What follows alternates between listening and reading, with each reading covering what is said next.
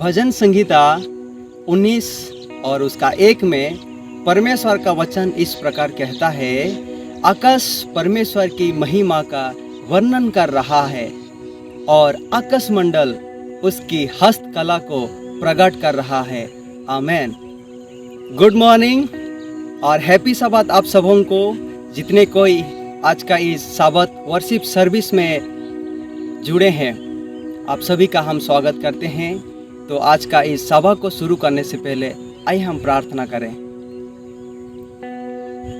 धन्यवाद देते हैं हमारे स्वर्ग में रहने वाला पिता परमेश्वर, हम आपकी हुजूरी में आते हैं और हम आपको धन्यवाद देते हैं क्योंकि पिता परमेश्वर अपने हम सभी को इस सुंदर अवसर और दिन दिए हैं ताकि हम सब कोई मिलके आपकी महिमा और आपके नाम को ऊंचा उठा सके। आज का इस सभा में जितने कोई भाग लिए हैं पिता परमेश्वर, आप उन सभी को आशीष दें ताकि इस सभा के द्वारा से हम सब कोई अपना जीवन को परिवर्तित कर सके और उस सामर्थी वचन से अपने जीवन में हम बदलावट ला सके। पिता परमेश्वर, हम पापी और गुनहगार हैं, हमारे पापों और अपराधों को क्षमा करें पिता परमेश्वर, ताकि हम दिन के दिन प्रतिदिन आपकी मार्गों में हम बढ़ सके। बाकी के समयों को आपके हाथों में सौंपते हुए छोटी सी प्रार्थना प्रभु यीशु ख्रिस्ट के नाम से मांगते हैं। आमेन।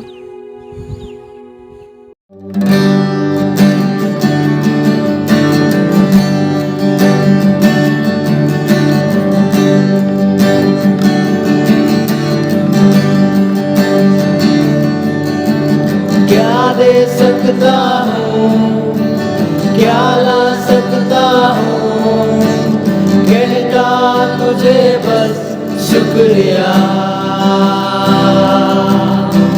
क्या दे सकता हूँ, क्या ला सकता हूँ, कहता तुझे बस शुक्रिया।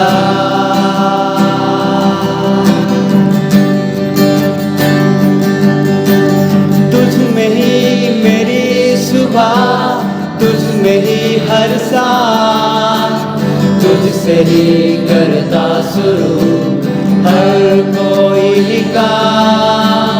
तुझ में ही मेरी सुबह, तुझ में ही हर सांस, तुझसे ही करता शुरू हर कोई काम। शुक्रिया करता हूँ मैं लेके तेरा नाम, आदर और धन्यवाद आज तेरे नाम।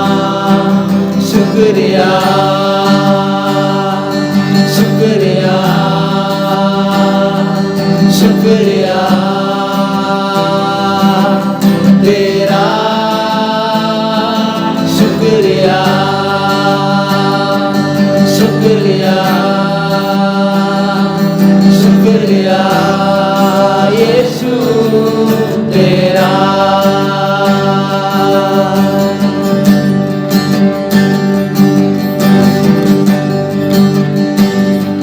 सारी दुनिया तेरी है,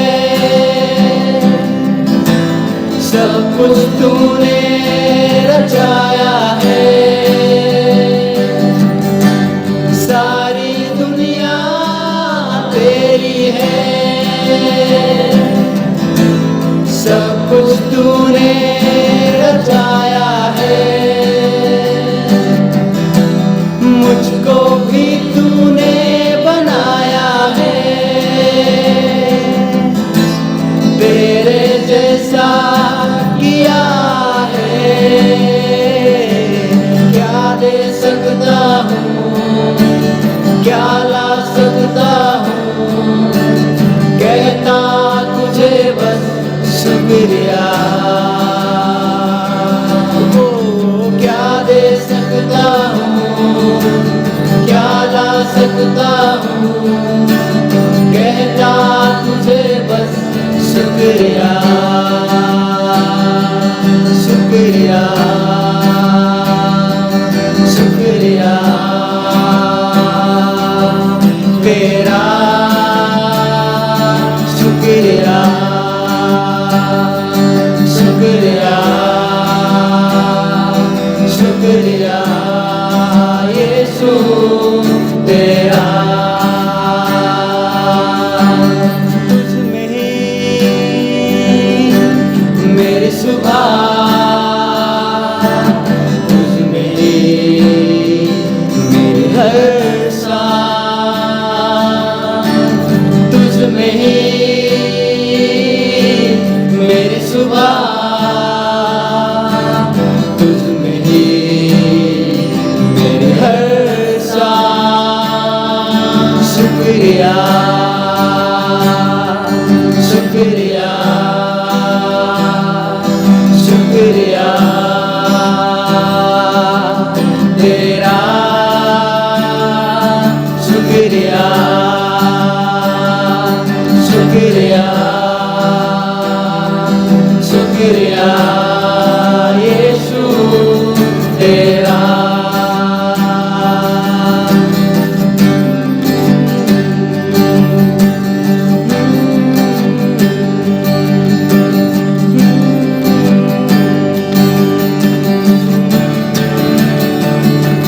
शुक्रिया शुक्रिया शुक्रिया तेरा। शुक्रिया शुक्रिया शुक्रिया तेरा। शुक्रिया शुक्रिया शुक्रिया शुक्रिया तेरा तेरा।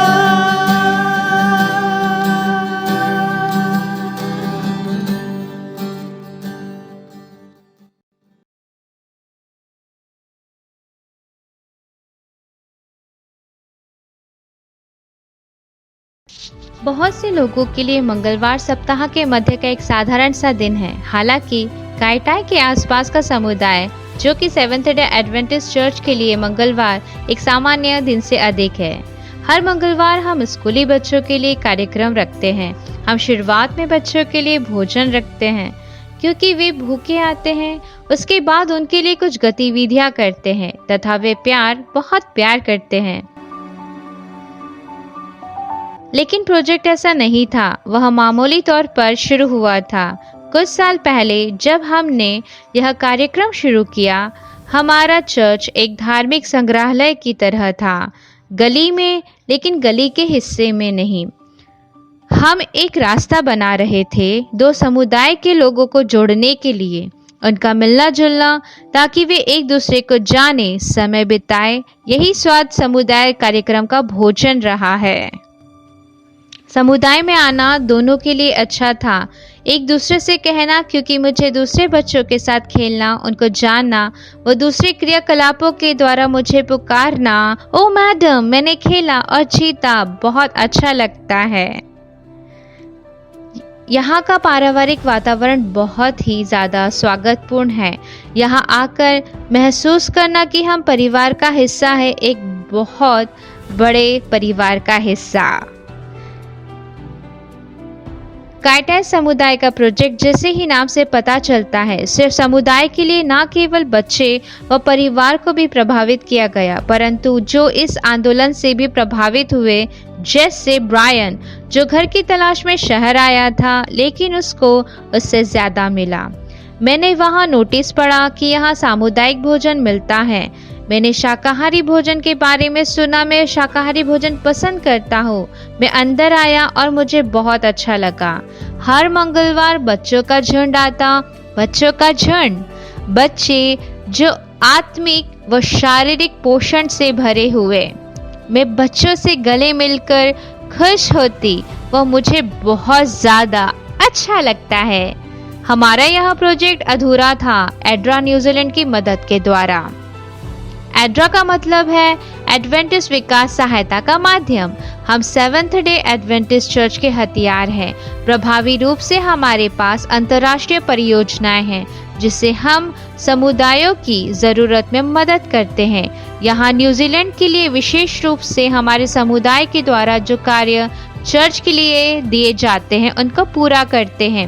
हमारे समुदाय के द्वारा काइटाई चर्च बहुत ही उम्दा कार्य कर रहा है और एड्रा काइटाई चर्च के साथ काम करने में खुश है क्योंकि वे उनके साथ स्थानीय समुदाय को प्रभावित करते हैं और हमारे लिए बहुत से लोगों तक पहुंचना व समुदाय में बहुत से परिवारों को प्रोत्साहित करना है। लेकिन काइटाई के साथ मिलकर कार्य करना जो उन्होंने समुदाय में प्रभाव डाला है। प्रक्रिया यह है, जैसे ही वह अंदर आते हैं उनके प्रति हमारा प्रेम, लोगों के प्रति चिंता, जैसे उनको लगता है कि वे एक सुरक्षित जगह पर है। वे मंगलवार का आनंद लेते हैं और वे इससे ज्यादा अधिक चाहते हैं।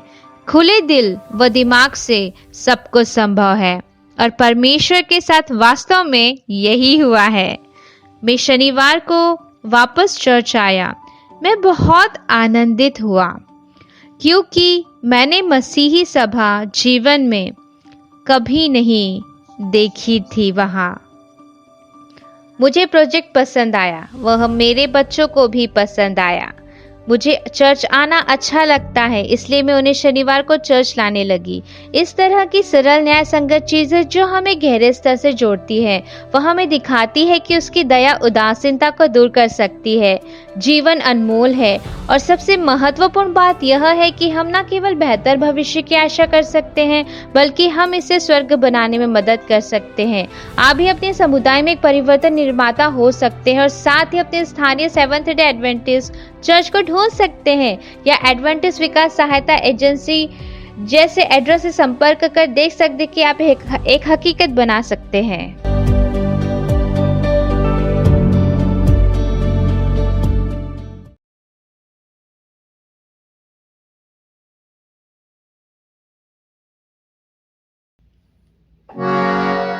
नासरी के सिवा मैं तो कुछ भी नहीं, नासरी के सिवा मैं तो कुछ भी नहीं, होके उससे जुदा मैं तो कुछ भी नहीं, होके उससे जुदा मैं तो कुछ भी नहीं, नासरी के सिवा मैं तो कुछ भी नहीं, नासरी के सिवा मैं तो कुछ भी नहीं।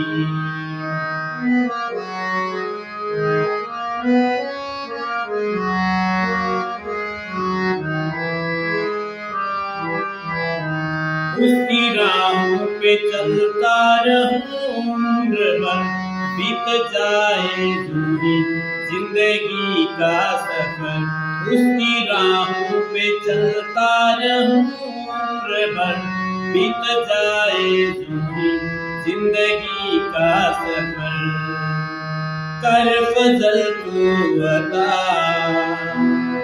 मैं तो कुछ भी नहीं, कर फजल तू बता मैं तो कुछ भी नहीं, होके तुमसे जुदा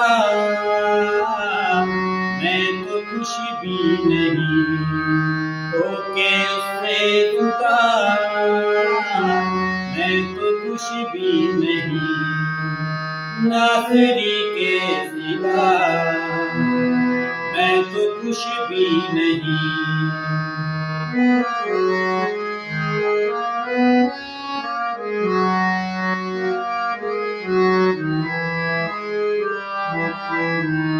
उसका रास्ता शिद से तंग है, हर सफर में मगर वो मेरे संग है, उसका रास्ता से बड़ा तंग है, हर सफर में मगर वो मेरे संग है, वो मेरा रहनुमा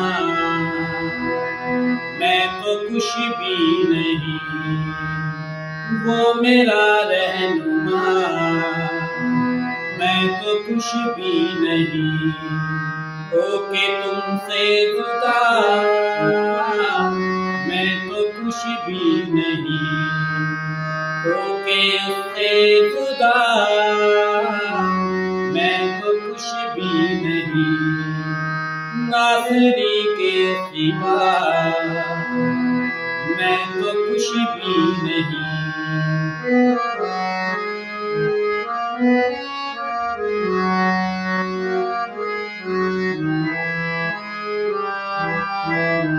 खाक हूँ खाक में लौटना है मुझे, ये बदन का बदन छोड़ना है मुझे। खाक हूँ खाक में लौटना है मुझे, ये बदन का बदन छोड़ना है मुझे।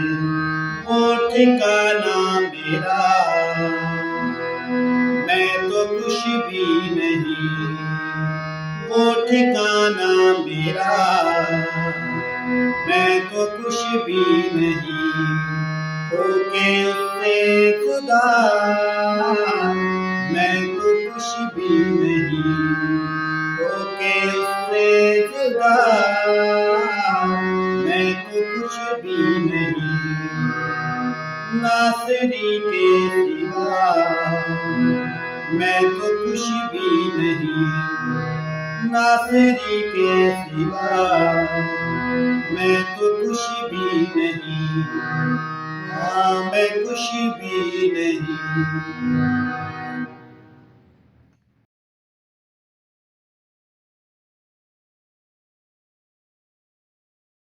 प्रिय दर्शकों, मैं एक बार फिर से आपका अपने सब स्कूल के पाठ के अध्ययन में प्रभु यीशु के पवित्र और मधुर नाम में स्वागत करना चाहती हूँ।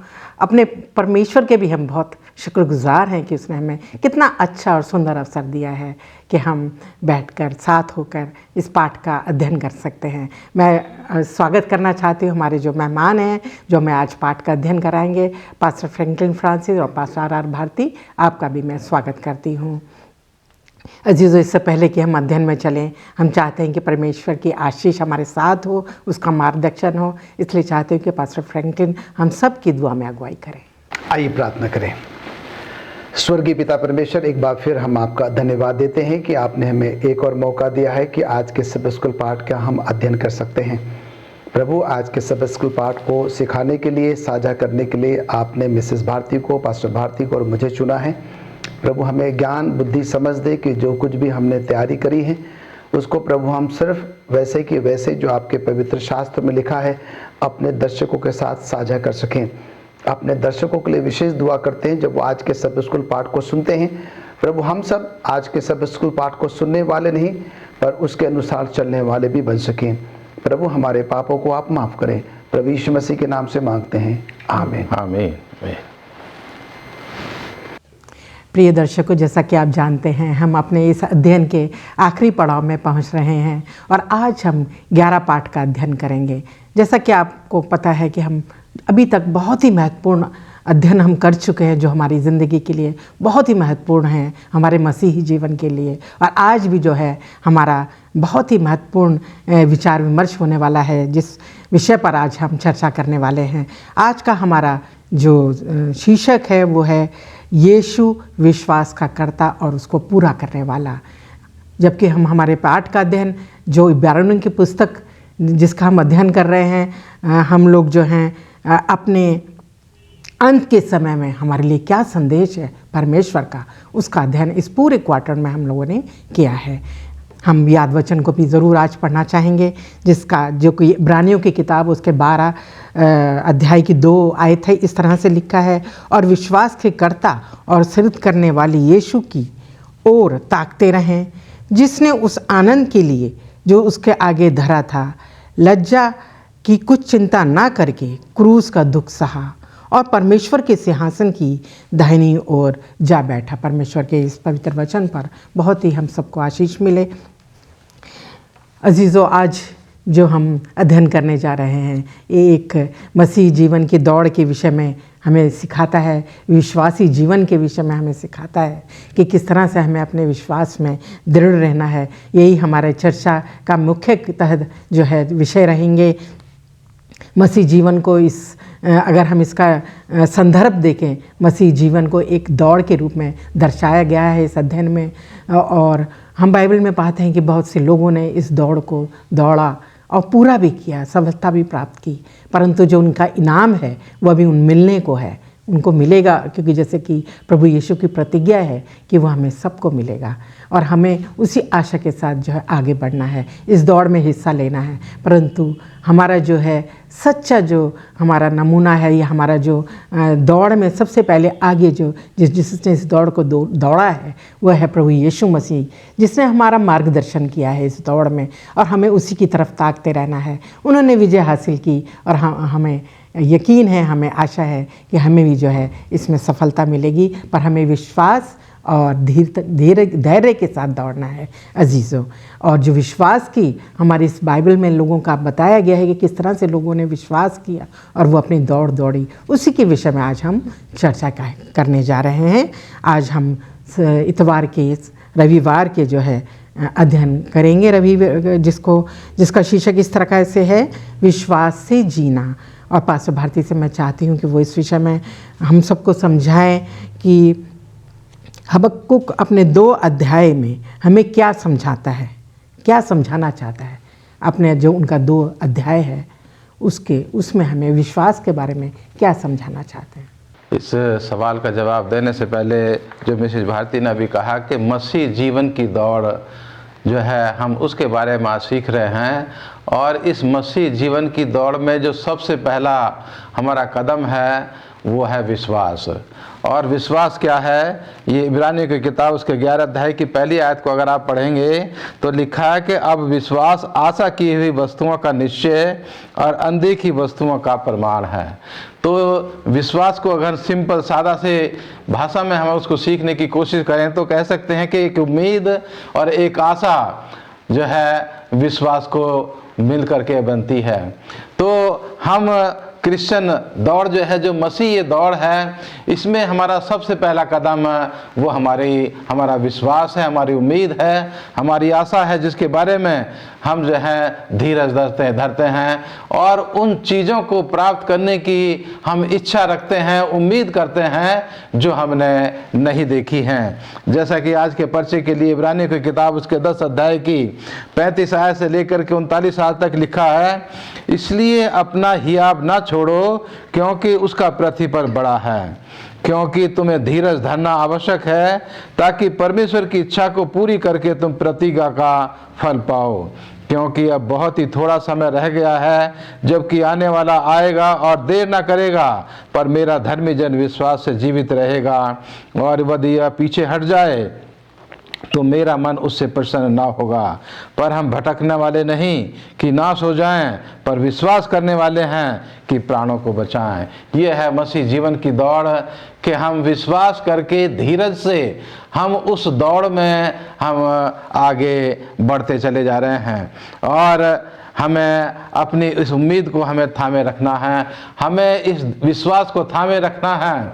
और मैं अजीजों आपको बताना चाहता हूँ कि जब तक इंसान जो है वो उम्मीद में बना रहता है, आशा में बना रहता है, तो उसमें जीने की ललक होती है, उसमें जीने की इच्छा होती है। लेकिन अगर कोई व्यक्ति जो है उसके जीवन से कोई उम्मीद ख़त्म हो जाए या आशा जो है वो ख़त्म हो जाए तो उसका जीना नीरस हो जाता है, मुश्किल हो जाता है, क्योंकि वो अपने जीवन में हार महसूस करने लगता है।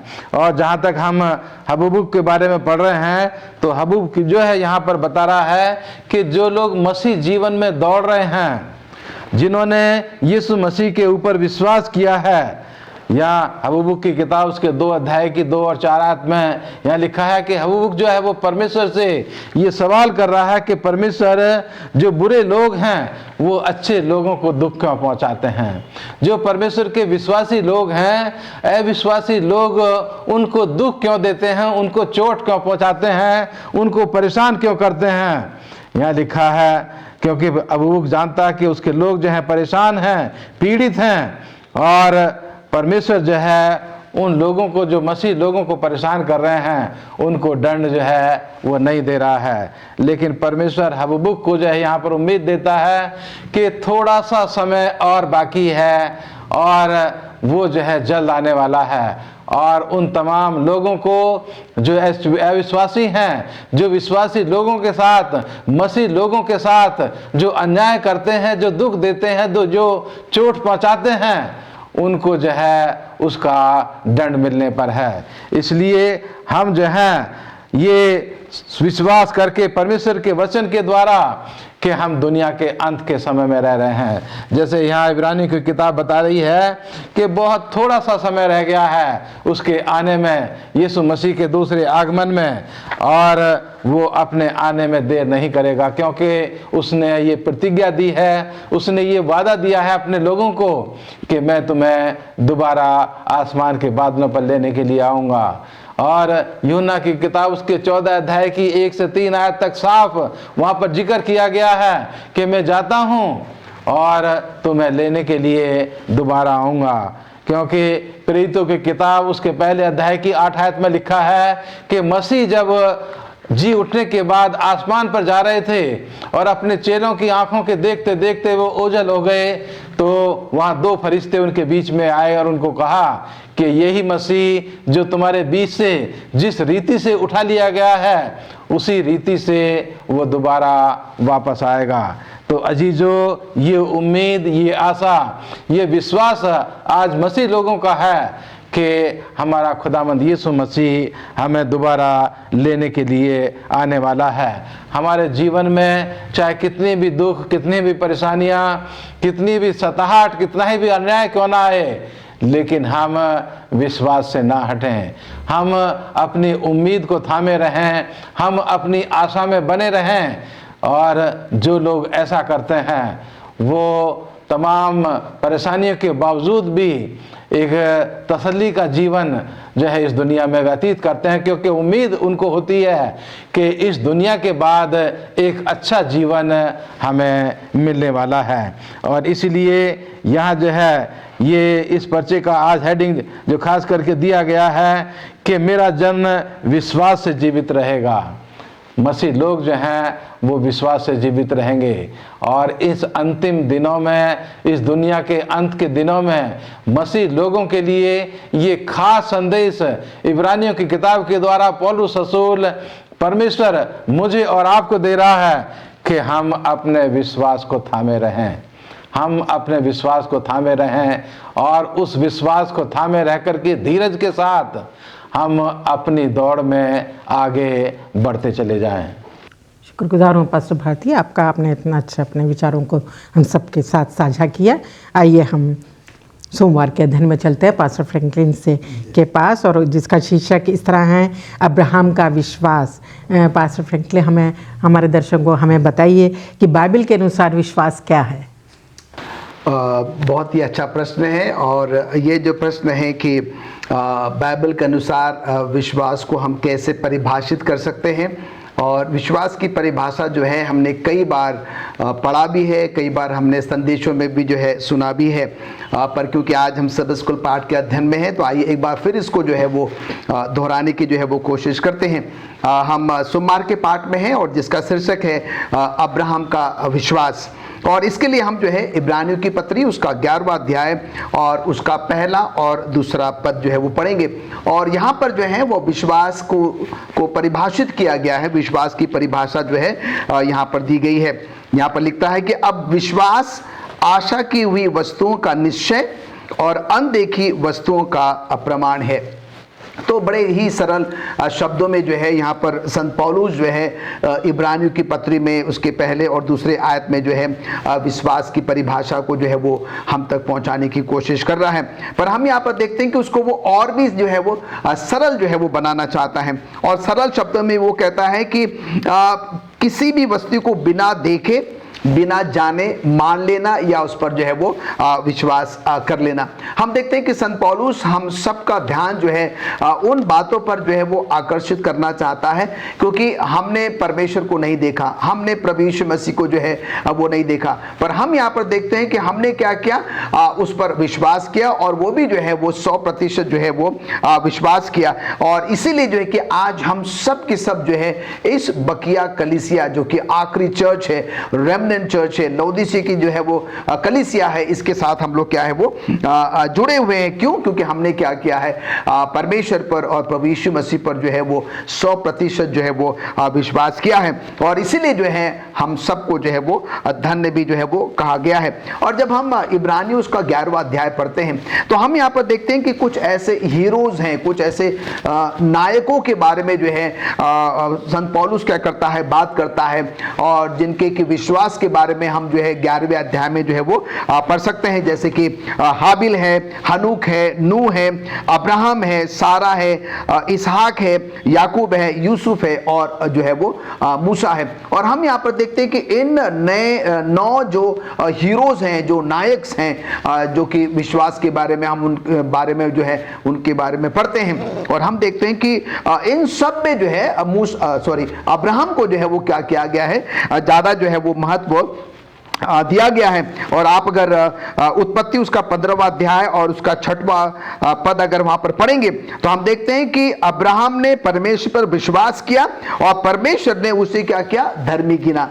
तो कहने का मतलब यहाँ पर यह है, जो विश्वास अब्राहम ने परमेश्वर पर किया और जो आज्ञा का पालन अब्राहम ने परमेश्वर के आज्ञा का पालन किया, और उसके कारण क्या है, परमेश्वर खुश हुआ और उसको क्या किया, उसने धर्मी भी गिना। अगर हम उत्पत्ति ही उसका 15वां अध्याय और उसके 5वीं आयत में हम अगर देखें तो हम यहाँ पर देखते हैं कि उस समय का वाक्य है कि परमेश्वर जो है अब्राहम को क्या कहता है कि तू बाहर निकल और आकाश मंडल की ओर देख, और जो तारेगण तू जो देखता है, और मैं क्या करूंगा, तेरे वंश को, तेरे वंशज को जो है इन्हीं तारागणों जैसे क्या करूंगा, मैं बनाऊंगा। तो हम यहाँ पर देखते हैं कि अब्राहम का जो विश्वास है, परमेश्वर ने उसको धर्मी क्यों गिना, उसके 2 कारण है। एक तो उसने क्या किया, परमेश्वर की आज्ञा का पालन किया, और परमेश्वर पर क्या किया, उसने विश्वास भी किया। और अब हम यहाँ पर देखते हैं कि वो समय आ गया कि जब अब्राहम जो है ऑलमोस्ट 86 साल के आसपास है, और सारा जो है 70 साल के आसपास है,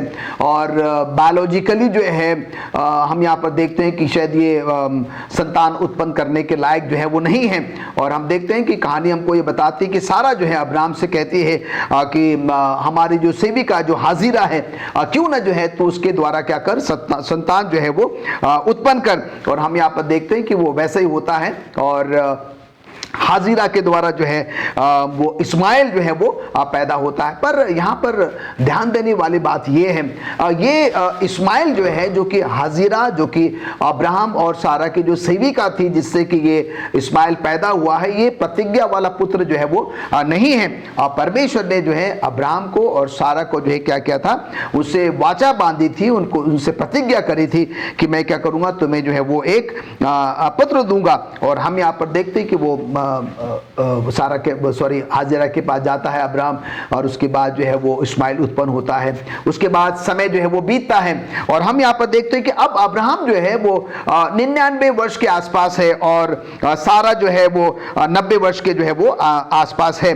और हम यहाँ पर देखते हैं कि यहाँ पर जो है वो क्या करता है, परमेश्वर अपने वायदे के अनुसार जो है वो क्या करता है, उनको जो है वो एक पुत्र की जो है वो प्राप्ति होती है, एक संतान की प्राप्ति होती है, और जिसका नाम जो है वो इसहाक रखा जाता है। और हम यहाँ पर देखते हैं कि अब सारा क्या करती है, अब्राहम से कहती है कि अब क्या कर, हाजिरा और इस्माइल को क्या कर दे, यहाँ से विदा कर दे। और हम यहाँ पर देखते हैं कि हाजिरा को और इस्माइल को जो है वहाँ से विदा कर दिया जाता है। और जब इसहाक जो है, आइजक जो है, जब वो 8 दिन का होता है और उसका जो है वो खतना किया जाता है, और उसको हम यहाँ पर देखते हैं कि वो जो है, जो प्रतिज्ञा वाला पुत्र है, अब जो है अब्राहम और सारा के परिवार में जो है वो है। और अब हम यहाँ पर देखते हैं कि अगर हम उत्पत्ति उसका 21वां अध्याय अगर हम पढ़ेंगे तो हम यहाँ पर देखते हैं कि अब जो है अब्राहम 100 साल का हो चुका है, जबकि इसहाक जो है वो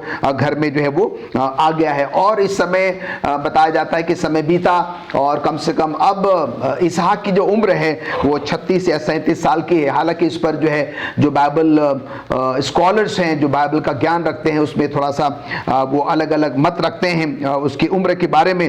पर हम यहाँ पर देखते हैं कि अब परमेश्वर का वचन जो है अब्राहम के पास आता है कि जो बेटा मैंने तुझे दिया है इसहाक के तौर पर, तू क्या कर, तू उस मोरिया देश में जा और वहां पर क्या है कि एक पहाड़ होगा और मैं तुझे क्या करूंगा, बताऊंगा उस पहाड़ में कहां पर जाना है, और तू क्या कर अपने बेटे इसहाक को जो है मेरे लिए क्या कर, होम बलि जो है वो चढ़ा। और हम देखते हैं कि अब्राहम जो है बिना सोचे समझे, बिना कोई दूसरा विचार किए जो है वो तड़के सुबह जो है वो उठ जाता है और अपने 2 सेवकों के साथ, अपने गधों के साथ अपने उसमें लकड़ियां लाद देता है और उसके बाद जो है वो अपने पुत्र इसहाक के साथ क्या करता है, उस पहाड़ की ओर जो है वो निकल पड़ता है। 3 दिन की यात्रा के बाद हम देखते हैं कि अब्राहम को दूर से जो है वो पहाड़ दिखाई देता है और तब अब्राहम जो है अपने दोनों सेवकों से कहता है कि तुम क्या करो, इसी गधे के पास यहाँ इंतजार करो और मैं और मेरा बेटा क्या करेंगे, उस पहाड़ पर जाकर जो है वो होम बलि हम चढ़ाकर जो है वो तुरंत वापस लौटेंगे। और हम देखते हैं कि वो 3 दिनों की यात्रा थी और इस यात्रा के दौरान जो है इसहाक जो कि बेटा है वो अब्राहम से पूछता है कि पापा हमारे पास सब कुछ तो है, पर जो बछड़ा है, जो भेड़ है या जो मेढ़ा है जिसको कि हमने क्या करना, होम बलि चढ़ाना है, और वो हमारे पास तो नहीं है। और हम देखते हैं कि अब्राहम क्या करता है, इसहाक को जवाब देता है कि परमेश्वर क्या करेगा, इसका इंतजाम करेगा। और वो समय आ गया जबकि वो उस पहाड़ पर जो है वो पहुंच जाते हैं, बेदी तैयार कर दी जाती है, सब कुछ तैयार कर दिया जाता है और फिर जो है अब्राहम अपने बेटे इसहाक से कहता है कि तू क्या कर, इस पर जो है वो लेट जा, क्योंकि परमेश्वर के वचन के अनुसार तुझे मैंने क्या करना है, होम बलि जो है वो चढ़ाना है। और हम यहाँ पर देखते हैं कि वो भी समय आ जाता है और अब्राहम जो है जब अपनी छुरी क्या करता है, उसको बलि चढ़ाने के लिए उठाता है और तुरंत जो है स्वर्ग से स्वर्गदूत की आवाज आती है कि क्या कर, तू ऐसा ना कर और झाड़ी में देख कि वहां पर एक मेढ़ा फंसा हुआ है और तू क्या कर, उसको लेकर आ और तू क्या कर, इसको जो है वो बलि चढ़ा। इन सब घटनाओं के दौरान हम यहाँ पर जो सोमवार के पाठ में देख रहे अब्राहम का जो विश्वास है, जब जैसे जैसे परमेश्वर ने उससे कहा वो बिल्कुल आंख मूंद कर जो है, आंख बंद करके क्या करता रहा, वो परमेश्वर पर विश्वास करता रहा, परमेश्वर की उसने आज्ञा का जो है वो पालन किया। और इसी कारण जो है हम क्या कहते हैं कि अब्राहम को विश्वासियों का पिता कहते हैं। जी, थैंक यू पास्टर फ्रैंकलिन आपका कि आपने अपने हमें समझाया इस बात को अच्छे से। आइए हम मंगलवार के अध्ययन में चलते हैं और जिसका शीर्षक इस तरह है, मूसा अनदेखे पर विश्वास करना। पास्टर भारती आप हमें समझाएं कि मूसा ने जो है किस तरह से अनदेखी बातों पर विश्वास किया, इससे हम क्या शिक्षा पाते हैं। अभी हम लोगों ने अब्राहम के जीवन के बारे में सीखा और उसके विश्वास के बारे में सीखा। उसके जीवन से हम आज जो है यहाँ सबक लेते हैं कि अब्राहम का विश्वास पूरा कामिल और परिपूर्ण विश्वास था। दूसरा, हम अब आगे जब पढ़ते हैं तो हम देखते हैं मूसा के जीवन के बारे में कि मूसा ने भी उन अनदेखी बातों के ऊपर, अनदेखी चीज़ों के ऊपर जो है विश्वास किया जो परमेश्वर ने अपने प्रतिज्ञा के अनुसार उनसे वादा किया था। यहाँ इब्रानियों की किताब उसके 11 अध्याय की 20 से 28 आयत तक मैं कुछ आयतें यहाँ पर पढ़ना चाहता हूँ। लिखा है कि विश्वास ही से इसहाक ने याकूब और एसाव को आने वाली बातों के विषय में आशीष दी। विश्वास ही से याकूब ने मरते समय यूसुफ के दोनों पुत्रों में से एक को आशीष दी और अपनी लाठी के सिरे पर सहारा लेकर दंडवत किया। विश्वास ही से यूसुफ ने जब मरने पर था तो इस्राएल की संतान के निकल जाने की चर्चा की और अपनी हड्डियों के विषय में आज्ञा दी। विश्वास ही से मूसा के माता पिता ने उसको उत्पन्न होने के बाद 3 महीने तक छिपा रखा, क्योंकि उन्होंने देखा कि बालक सुंदर है और वह राजा से ना डरे। विश्वास ही के से मूसा ने असाना होकर फिरौन की बेटी का पुत्र कहलाने से इनकार किया, इसलिए कि उसने पाप में थोड़े दिन के सुख भोगने से परमेश्वर के लोगों के साथ दुख भोगना अधिक उत्तम समझा। उसने मसीह के कारण निंदित होने को मिस्र के भंडार से बड़ा धन समझा, क्योंकि उसकी आंखें फल पाने की ओर लगी थीं। विश्वास ही से राजा के क्रोध से ना डरकर उसने मिस्र को छोड़ दिया, क्योंकि वह अनदेखियों को मानो देखता हुआ दृढ़ रहा। विश्वास ही से उसने फंसे और लहू छिड़कने की विधि माने कि वह पहलौठा का नाश करने वाला इस्राएलियों पर हाथ ना डाले। ये मूसा नबी के और जो अब्राहम के संतान थे उनके बारे में इन आयतों में लिखा गया कि विश्वास ही के द्वारा उन्होंने परमेश्वर की अगुवाई में अपने बच्चों को आशीष दी और उन बातों की जो है प्रतिज्ञा दोहराई जो उनके जीवन में उनके साथ परमेश्वर ने प्रतिज्ञा की थी। यहाँ हम आज मूसा के जीवन के बारे में सीख रहे हैं कि मूसा का जो है जब जन्म हुआ तो उसके माता पिता ने उसको जो है जान से नहीं मारा, जबकि राजा की तरफ से ये आज्ञा थी कि जो भी बच्चा बेटा पुत्र जो है वो पैदा होगा उसको जान से मारना है। लेकिन उन्होंने राजा की आज्ञा की परवाह ना करके उसको जीवित रखा और अपने घर में छुपा करके रखते रहे। और देखते हैं कि 3 महीने के बाद उन्होंने जो है उसको विश्वास ही के कारण कि परमेश्वर इसकी हिफाजत करेगा, उसको टोकरी में लिटा करके नील नदी में उसको बहा दिया। और परमेश्वर का इंतजाम हुआ कि फिरौन की बेटी को जो है वो बच्चा प्राप्त हुआ और उसने उसको जो है गोद लिया। और फिरौन की बेटी ने जब उसको गोद लिया तो मूसा का भविष्य था यहाँ पर कि उसको उस देश का, मिस्र देश का राजा बनना था। लेकिन जो उसके जीवन में शिक्षा जो है मूसा नबी ने अपने माता पिता के द्वारा, जबकि वो पेट में ही था और 3 महीने तक उसको अपने घर में रख करके उसको परमेश्वर के वचन की शिक्षा उसके माता पिता ने उसके जीवन में कूट कूट करके भरी। और उस विश्वास के कारण उसने जो है वो फिरौन देश का, मिस्र देश का बादशाह होने को जो है उसने ना चुन करके उसने परमेश्वर के वायदों के ऊपर विश्वास किया। और जो वो उसने जो इनाम परमेश्वर की तरफ से विश्वास के द्वारा उसको मिलने पर था उसके ऊपर उसने मन लगाया। उसने फिरौन देश की राजा की जो बादशाह थी, जो मिस्र देश की बादशाह थी, उसके धन दौलत, उसकी धन संपत्ति के ऊपर उसने उस आनंद के ऊपर, उस खुशी के ऊपर जो थोड़े समय का था उसके ऊपर उसने अपना मन ना लगाया, बल्कि विश्वास के कारण उसने अनदेखी वस्तुओं के ऊपर, अनदेखी चीज़ों के ऊपर जो उसके जीवन में होने वाली थी उनके ऊपर उसने अपना मन लगाया। मूसा नबी ने जो है परमेश्वर के उन वायदों के ऊपर विश्वास किया और उस वादे पर विश्वास करके उसने राजमहल का वो जीवन छोड़ दिया और जो इस्राएली लोग थे उनके साथ उसने दुख उठाना बेहतर समझा। और यहाँ जो है देखते हैं कि उस विश्वास की तरफ जो इनाम, उस विश्वास के कारण जो प्रतिफल उसको मिलना था उसकी तरफ उसने अपने लोगों के साथ आगे बढ़ना जो है वो शुरू किया। अजीजों, आज जो मसीह लोग हैं उनके सामने भी जो है ये रास्ते हैं कि वो कौन से रास्ते को चुनना चाहते हैं। अपने विश्वास के कारण बहुत से मसीह लोगों को अपमान सहना पड़ा, बहुत से लोगों को जो यहाँ तक कि मृत्यु को भी उन्होंने अपने जीवन में देखा और लोगों ने जो उनको दुख पहुंचाए, हानि पहुंचाई, उनकी संपत्ति को लूट लिया। आज ये तमाम उदाहरण हमारे जीवन में इस दुनिया में मेरे और आपके सामने हैं कि जिन्होंने यीशु मसीह को ग्रहण किया, बहुत से लोगों ने जो है उस विश्वास के कारण जो मसीह के ऊपर उन्होंने किया उसकी खातिर उन्होंने बहुत से दुख, जुल्म, अन्याय जो है वो सहे, लेकिन वो परमेश्वर के उस विश्वास में जो है मजबूत रहे, क्योंकि उनको पता था कि ये अन्याय, ये दुख थोड़े समय का है और इसके बाद हमें एक खुशी का जीवन, आनंद का जीवन हमें मिलने वाला है। और इसमें विश्वास करते हुए उन्होंने उन तमाम दुखों को अपने जीवन में जो है वो सहन किया और अपने जीवन में विश्वास करते हुए, धीरज धरते हुए, दुख सहते हुए वो मसीह जीवन में आगे बढ़ते चले गए।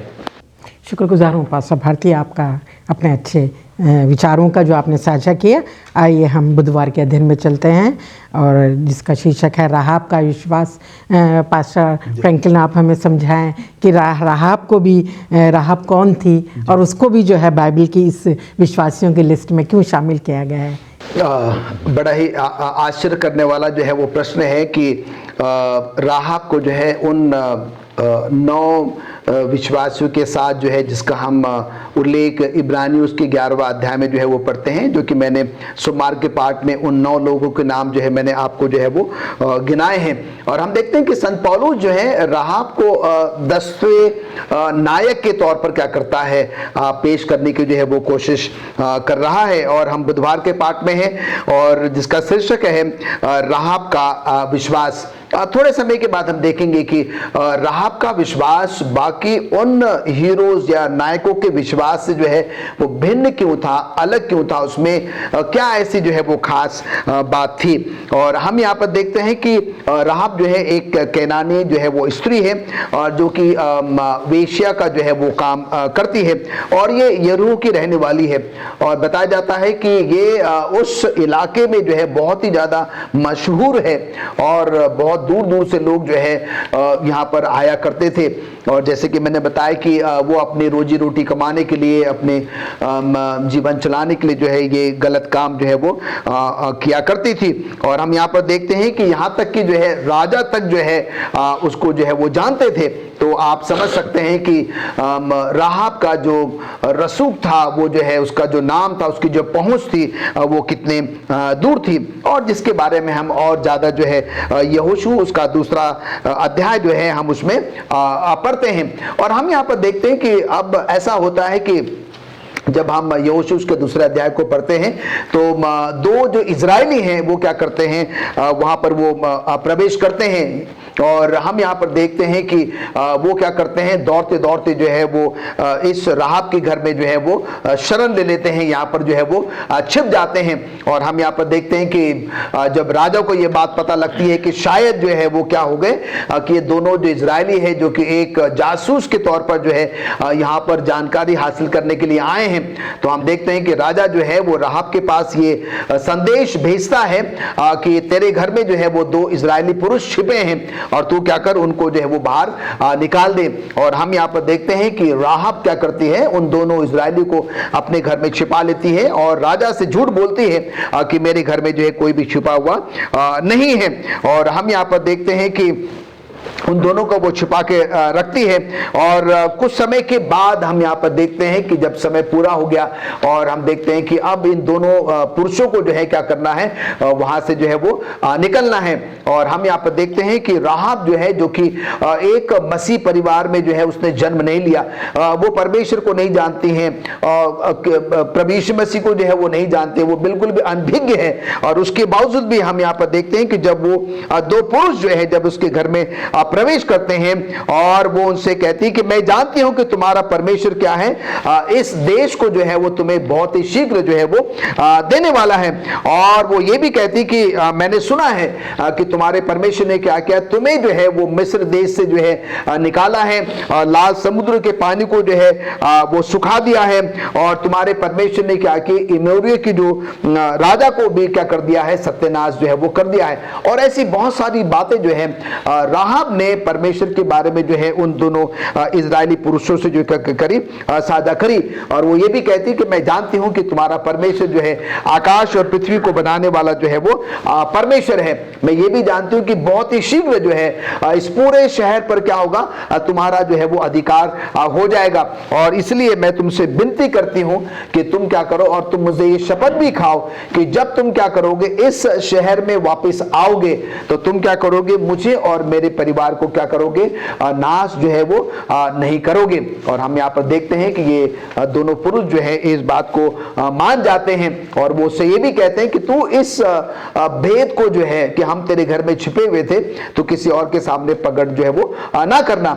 और वो कहती कि मैं ऐसा जो है वो नहीं करूंगी। पर हम यहाँ पर देखते हैं कि राहाब जो है इन दोनों पुरुषों से जो है वो एक चिन्ह जो है वो चाहती है, जिससे कि क्या होगा कि कुछ समय के बाद जब वो क्या करेंगे, उसी शहर में आएंगे, जब सबको जो है वो तहस नहस कर देंगे, सत्यानाश कर देंगे, खत्म कर देंगे, तो उसका परिवार जो है वो कैसे बचाया जा सकेगा।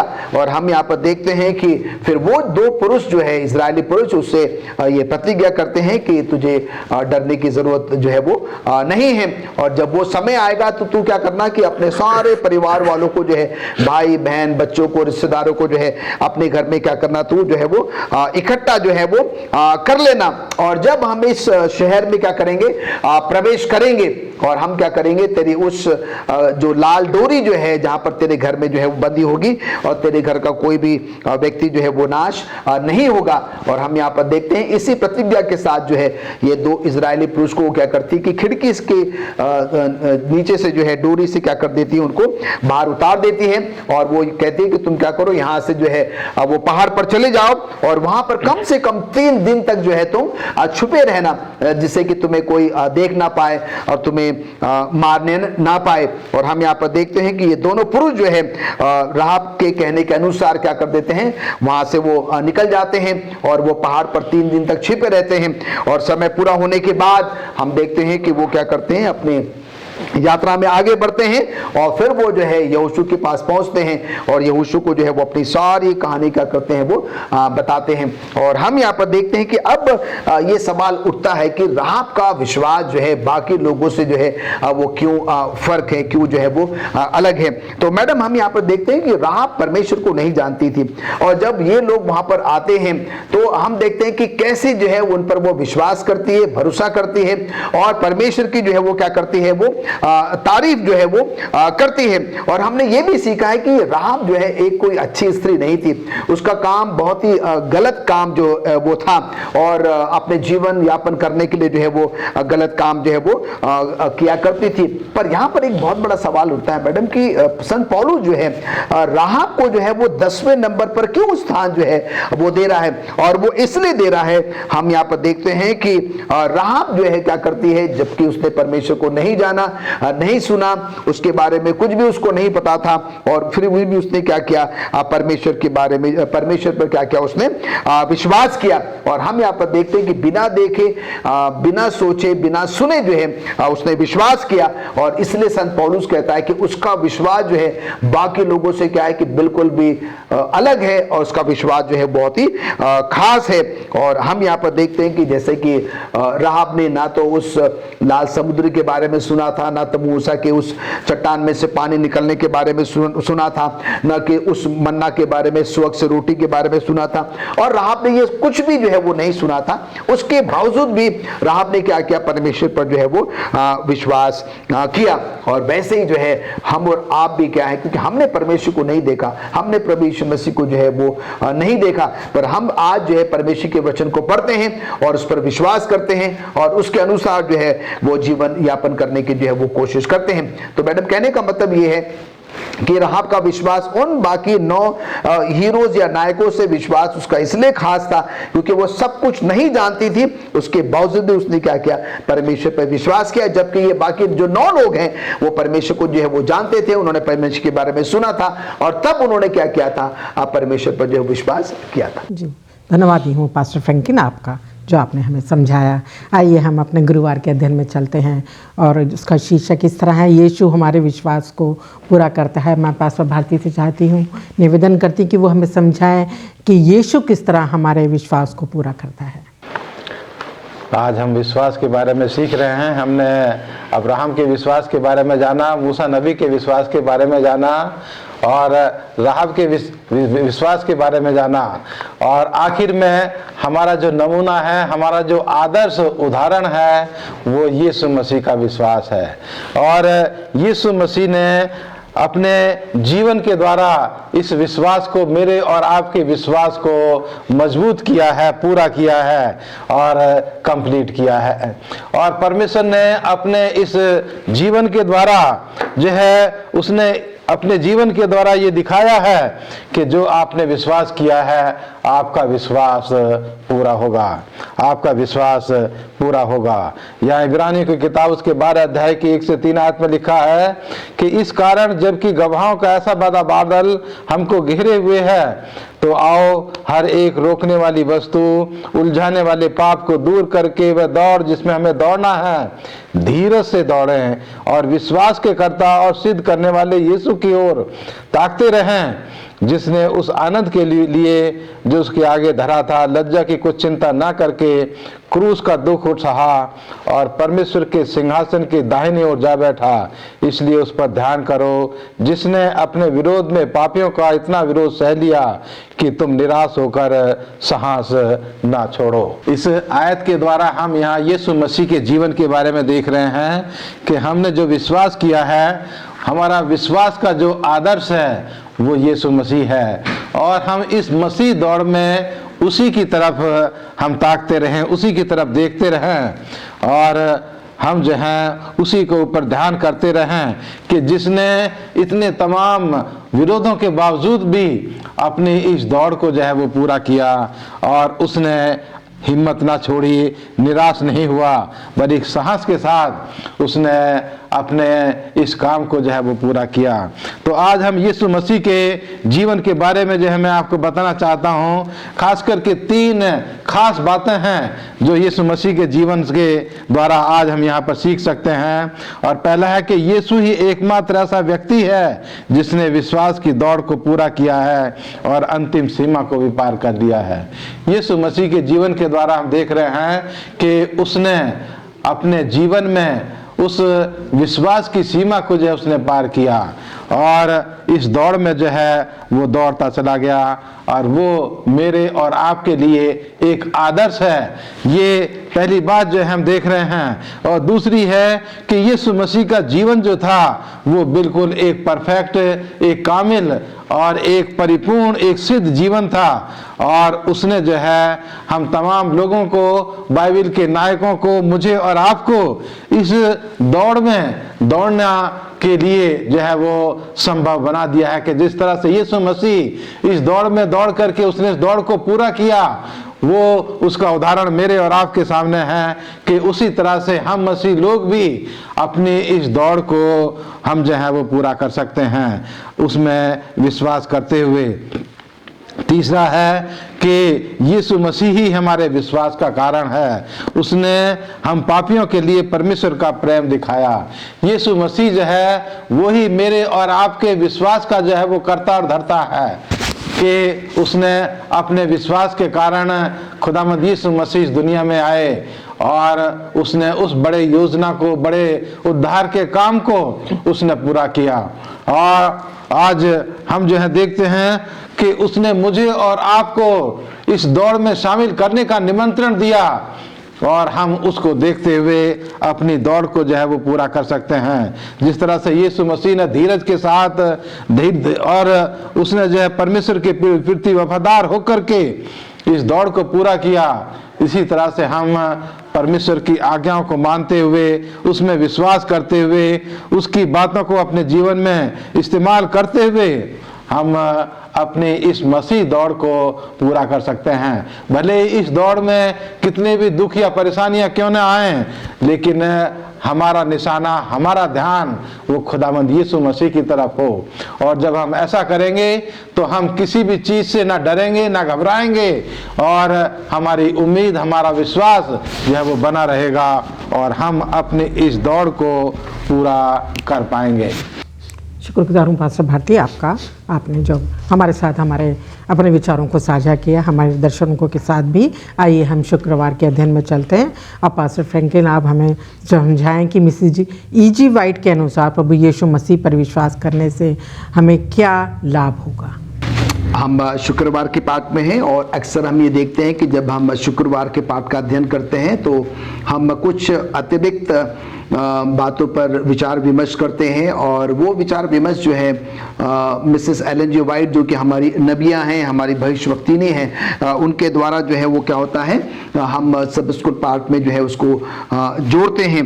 और जैसे कि अब तक हमने जो है विश्वास क्या है उसके बारे में सीखा, फिर अब्राहम का विश्वास के बारे में, मूसा के विश्वास के बारे में, राहब के विश्वास के बारे में जो है वो हमने सीखा। और अभी पास्टर भारती ने हमको बताया कि उन सब बातों को किनारे रखते हुए जो है हमारा संपूर्ण विश्वास और भरोसा जो है, जो हमारा केंद्र बिंदु जो है वो प्रभु यीशु मसीह होना चाहिए। और जब हम अपना संपूर्ण विश्वास और भरोसा जो है प्रभु यीशु मसीह पर रखते हैं और अपने उस विश्वास की जड़ों को बहुत मजबूत और दृढ़ रखते हैं, तो चाहे कोई भी आंधी आए, तूफान आए, कुछ भी क्यों ना आए, हम और आप नहीं डरेंगे, हम और आप जो है नहीं घबराएंगे, नहीं परेशान जो है वो होंगे। और जैसे कि मैडम आपने कहा कि मिसेस एलन जी वाइट जो है इस विश्वास के बारे में जो है अपने क्या विचार रखना चाहती हैं। वो कहती हैं कि जब हम परमेश्वर पर अपना संपूर्ण विश्वास और भरोसा रखते हैं, तो वो क्या करता है, वो हमारे हृदयों में, हमारे दिलों में जो है वो वास करता है। हमें वो शक्ति, वो ताकत, वो बल जो है वो देता है, जिसके द्वारा हम क्या करते हैं, शैतान का, दुनिया का जो है वो सामना कर सकते हैं। वो हमें एक पवित्र जीवन यापन करने में जो है वो मदद करता है। वो हमारा एक ऐसा मित्र जो है, एक ऐसा याजक, एक ऐसा महायाजक और एक ऐसा जो है बहुत ही करीबी जो है वो सहायक जो है वो बन जाता है, जो हमें कभी भी क्या करता है, निराश नहीं करता है, कभी भी हम अकेला जो है वो नहीं छोड़ता है। और मिसेस एलन जी वाइट कहती हैं कि जब हम उसकी सारी आज्ञाओं को जो है वो पालन करते हैं और उसके इस विश्वास में दृढ़ और मजबूत रहते हैं, तो परमेश्वर क्या कहता है कि बहुत बहुत जो है वो खुश होता है। पूरी बाइबल में जो है हम देखते हैं कि परमेश्वर जो है अपने विश्वास को साबित करने के लिए, प्रमाणित करने के लिए जो है बहुत सारे ऐसे जो कारण है हमें क्या करता है वो बताता है। वो हमसे कभी नहीं कहता है कि तुम बिना सोचे समझे जो है, बिना किसी सबूत के तुम क्या करो, मुझ पर जो है वो विश्वास करो या भरोसा करो। और हम यहाँ पर देखते हैं कि जो कुछ भी परमेश्वर ने कहा है, प्रभु यीशु मसीह ने कहा है, हम पूरे संपूर्ण बाइबल में जो है उन बातों को पाते हैं, उन बातों को जो है वो घटते हुए क्या करते हैं वो देखते हैं, जहां पर कि हमें किसी भी बात का जो है वो कोई संदेह करने की जरूरत जो है वो नहीं होती है। और कई बार जो है शैतान अलग अलग माध्यमों से जो है वो हमारे जीवन में प्रवेश करने की कोशिश करता है, हमारे जीवन में वो संदेह, वो शक, वो शंका जो है वो उत्पन्न करने की कोशिश करता है। और ये कब होता है, जब हम अपने उस विश्वास में दृढ़ और मजबूत जो है वो नहीं होते हैं। और तभी क्या है कि शैतान हमें हिलाने की जो है वो कोशिश करता है। और इसीलिए आज के सब स्कूल पाठ के माध्यम से संत पौलुस हमें बार बार जो है ये सलाह देना चाहता है कि हम क्या करें, अपने उस विश्वास में दृढ़ और जो है वो मजबूत बने रहे। हमें अपने आप पर, अपने काबिलियत पर, अपने उन तमाम जो विशेषताएं हैं जिस पर कि शायद हम लोग कई बार घमंड करते हैं, हम उस पर विश्वास या भरोसा करते हैं। संत पौलुस हमें साफ साफ कहता है कि हमें जो है इन सब बातों पर जो है विश्वास और भरोसा जो है वो नहीं करना है। हमें अपने भावनाओं को जो है वो क्या करना है, काबू करना जो है वो आना चाहिए। और जब हम ऐसा करते हैं तो हम देखते हैं कि परमेश्वर सचमुच में जो है हमारी और आपकी जो है वो मदद करता है। हम और आप उसके उस विश्वास में दृढ़ और जो है वो मजबूत रहते हैं। मुझे जो है वो पास्टर पॉल रॉज आइज़ेया, जो कि उस समय में वो सदर्न एशिया डिवीजन के जो है वो मिनिस्टेरियल जो है वो डायरेक्टर हुआ करते थे।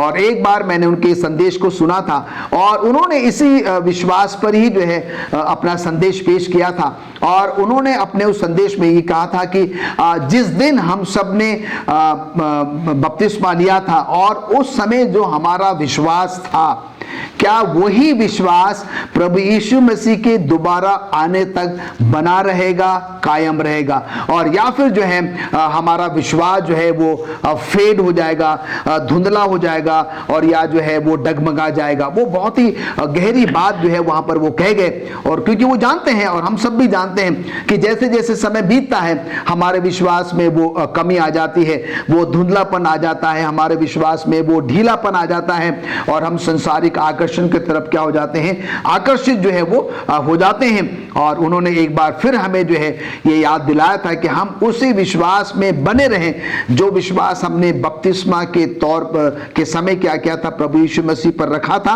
परमेश्वर पर रखा था। उसी बात को ध्यान में रखते हुए हमने बपतिस्मा लिया था और वही विश्वास में हम दृढ़ रहें, मजबूत रहें, कायम रहें कि जब प्रभु यीशु मसीह आएगा तो हम सबों को उसी विश्वास में स्थिर पाएगा और कितना खुश होगा और हम सबों को जो है अपने साथ उस स्वर्गीय घर में जो है वो लेकर जाएगा।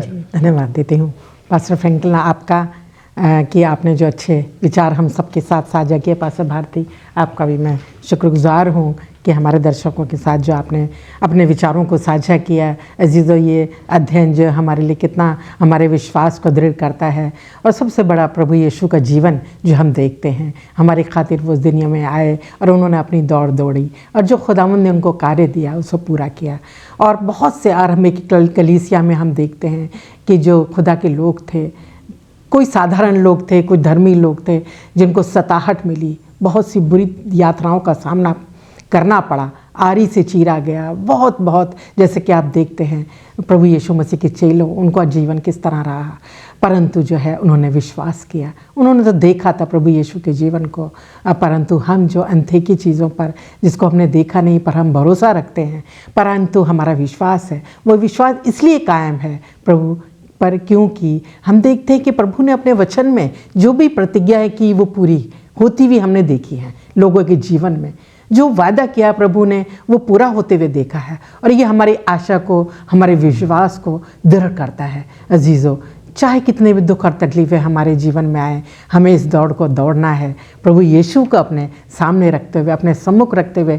हमें अपने ताकत पर भरोसा नहीं करना है। अजीज़ों, ये बहुत ज़रूरी है। वचनों को पढ़ते हुए, प्रार्थना करते हुए, प्रभु यीशु पर भरोसा रखते हुए, वही हमारी जो है इस दौड़ में हमारे मददगार पवित्र आत्मा देता है, जो हमारा हमेशा मददगार करता है और जो है हमें जो है उस अंतिम प्रतिफल के लिए, बेशक हमारा जीवन ख़त्म हो जाए, ये तो ज़रूरी है कि मृत्यु तो आनी है, परंतु जो आशा हमें खुदावंद ने दी है वो आशा ज़रूर पूरी होगी। यह भरोसा, ये विश्वास और हमारी वफादारी, परमेश्वर हमसे चाहते हैं कि हम वफादार रहें और उस पर, प्रभु यीशु पर हमेशा अपने विश्वास को कायम रखें। इसी बातों को मैं आपके साथ बोलते हुए, साझा करते हुए प्रभु आपसे दुआ करती हूँ, आपसे प्रार्थना करती हूँ, आप भी अपने विश्वास में दृढ़ रहिए और ऐसे जो कमज़ोर हमारे दुर्बल जो हमारे विश्वासी भाई हैं, उनको भी जो है आप मजबूती देते रहिए वचनों के द्वारा, प्रार्थनाओं के जरिए, ताकि हम भी जो है उस प्रतिफल को पा सके जो प्रभु ने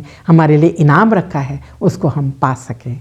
आइए, मैं शुक्रगुजार हूँ आप सबका कि आप हमारे साथ जुड़े रहे। आपने ज़रूर आशीषें पाई होंगी आज के अध्ययन के द्वारा। इसको हम ख़त्म करेंगे आज के अध्ययन को और पास्टर भारती से चाहूँगी कि हम सब के लिए दुआ में अगुवाई करें।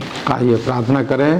परमपिता परमेश्वर, इस दुनिया के सृष्टिकर्ता, हमारे मालिक, हमारे सृष्टिकर्ता, हम तेरे सामने अपने सरों को झुकाते हैं तो तेरा धन्यवाद देते हैं परमेश्वर कि तूने हमें इस लायक समझा कि तेरा पवित्र वचन हम तक पहुंचा और हमने तेरे शुभ संदेश के ऊपर विश्वास किया। खुदामंद, आज हम जब इस दुनिया में अपने जीवन को जीते हैं तो हम अपने तमाम लोगों को याद करते हैं खुदामंद, जिन्होंने तेरे ऊपर विश्वास किया और उस विश्वास की खातिर उन्होंने परमेश्वर दुख और परेशानियां सही, क्योंकि वो जानते थे, उनका भरोसा और उम्मीद थी कि उनको एक दिन इन तमाम परेशानियों से छुटकारा मिलेगा। इसलिए खुदामंद, हम तेरे पास आते हैं और तुझसे दुआ करते हैं अपने तमाम विश्वासियों के लिए, हम अपने लिए भी, कि परमेश्वर तो हम तमाम को अपने विश्वास में मजबूत कर, कि हम यीशु मसीह को ताकते हुए इस मसीह दौड़ में हम आगे बढ़ते चले जाएं और तेरी प्रतिज्ञाओं को हमेशा याद रखें और भरोसा रखें कि तू हमें एक खुशी का जीवन देने वाला है, एक अनंत जीवन देने वाला है, जिसमें हम तेरे साथ, हम हमेशा हमेशा तेरे साथ जिएंगे। खुदामंद, तू हम तमाम की अगुवाई कर और हमें आशीष दे, हमारे तमाम दर्शकों के साथ हो, तमाम श्रोताओं के साथ हो, और परमेश्वर उनके परिवारों पर तेरी आशीष हो, उनके बाल बच्चों के साथ हो, खेती बाड़ी पर, पशुधन पर परमेश्वर तेरी आशीष हो। खुदामंद, तू हम तमाम को अपनी बादशाहत के लिए तैयार कर और हमारे पापों को क्षमा कर। मसीह यीशु के नाम में मांगते हैं, आमीन।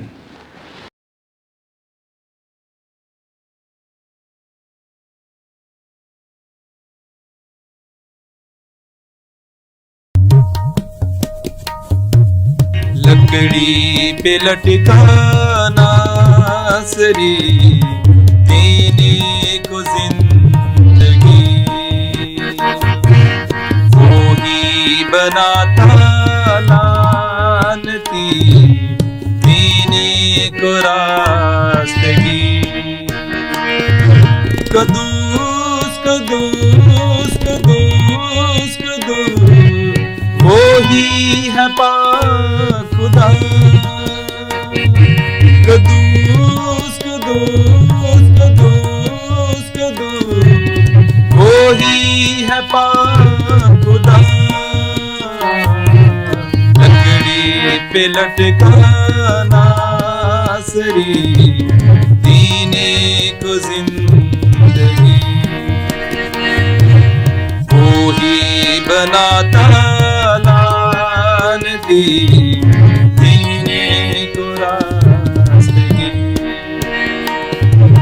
तेरे लहू से धुलने वाला रुतबा तेरा जाने, तेरे कलाम को पढ़ने वाला जाति तेरी पहचाने। तेरे लहू से धुलने वाला रुतबा तेरा जाने, तेरे कलाम को पढ़ने वाला जाति तेरी पहचाने। कदूस कदूस कदूस कदूस वो ही है पाक खुदा। कदूस कदूस कदूस कदूस वो ही है पाक खुदा। लकड़ी पे लटका नासरी देने को जिंदगी, वो ही बनाता लानती देने को रास्तगी। Hallelujah hallelujah hallelujah hallelujah. कदमों से तेरे जो भी लिपटे ताजा मनियों खाए, परस्तिश की माला जपने वाला भरपूर जीवन पाए। कदमों से तेरे जो भी लिपटे ताजा मनियों की माला जपने वाला भरपूर जीवन पाए। कदूस कदूस कदूस कदूस वो ही है पाक खुदा। कदूस कदूस कदूस कदूस वो ही है पाक खुदा।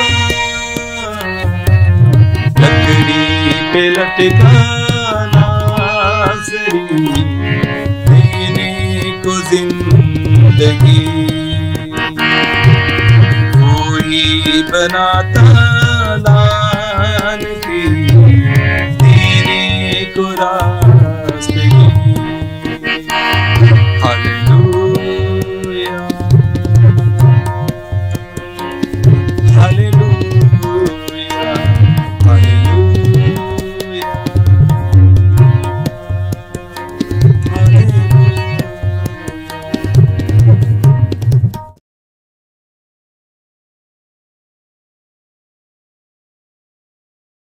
परमेश्वर को पहले रखना मुश्किल हो सकता है। हम इज़राइल से क्या सीख सकते हैं जिसने परमेश्वर को पहले रखने से इनकार कर दिया? जब मोसेस इज़राइलियों को मुक्त करने के लिए मिस्र लौटा तो यह स्पष्ट था कि वे तैयार नहीं थे। सदियों की दास्तान ने परमेश्वर और स्वयं के बारे में उनकी दृष्टि को विकृत कर दिया। उन्हें इस बात का अंदाज़ा नहीं था कि लोग कितने स्वतंत्र रहते हैं। वे परमेश्वर पर भरोसा की तुलना में जल्द ही बंधन में लौट आएंगे। परमेश्वर प्रतिदिन उनके साथ धीरज धरता था और आग और बादल के द्वारा अपनी प्रेम और पूर्ति का प्रदर्शन करता था। लोगों के रूप में उनके सबसे निर्णायक क्षण में उनके तर्क और उनके विश्वास पर उनकी परीक्षा होनी थी। जब 12 भेड़ियों को गोत्रों के प्रतिनिधियों के रूप में भूमि का संरक्षण करने के लिए भेजा गया था, वे परस्पर विरोधी रिपोर्ट लेके नहीं लौटे।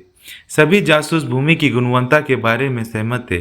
यह ठीक वैसा ही था जैसा कि वर्णित किया गया है, लेकिन वे तिथियों और अपनी व्यवसाय में भिन्न थे। जोशुआ और कालेब तर्कसंगत थे।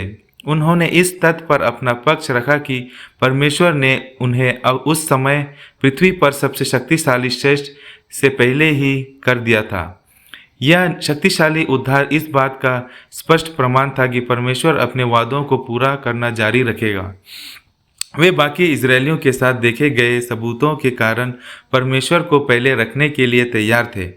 अन्य 10 जासूस तर्कहीन भय से आगे निकल गए थे। उन्होंने इस सबूत को नज़रअंदाज कर दिया था कि परमेश्वर ने उनकी अतीत में उनको कैसे नेतृत्व किया था। परमेश्वर ने उस पूरी पीढ़ी को मरुभूमि से भटकते रहने का फैसला किया जब तक कि उनकी मृत्यु ना हो। केवल उनके बच्चों को मिलेगी कनान। कभी कभी हम उन 10 जासूसों की तरह होते हैं। हम पहले ही देख चुके हैं जब हम अपने दंशमांस और वचन को गंभीरता से लेते हैं तो ईश्वर कितना वफादार होता है। कभी कभी हालांकि हम अब भी तिथियों को नज़रअंदाज करने और डरने के लिए ललचाते हैं। इज़राइल ने परमेश्वर को पहले रखने से इनकार कर दिया। परिणाम उनके और उनके आसपास की दुनिया के लिए भयानक थे। परमेश्वर का प्रेम हमें उसके राज्य को पहले रखने के लिए विश्वास करता है। इज़राइल का उदाहरण आज हमारे लिए एक चेतावनी है।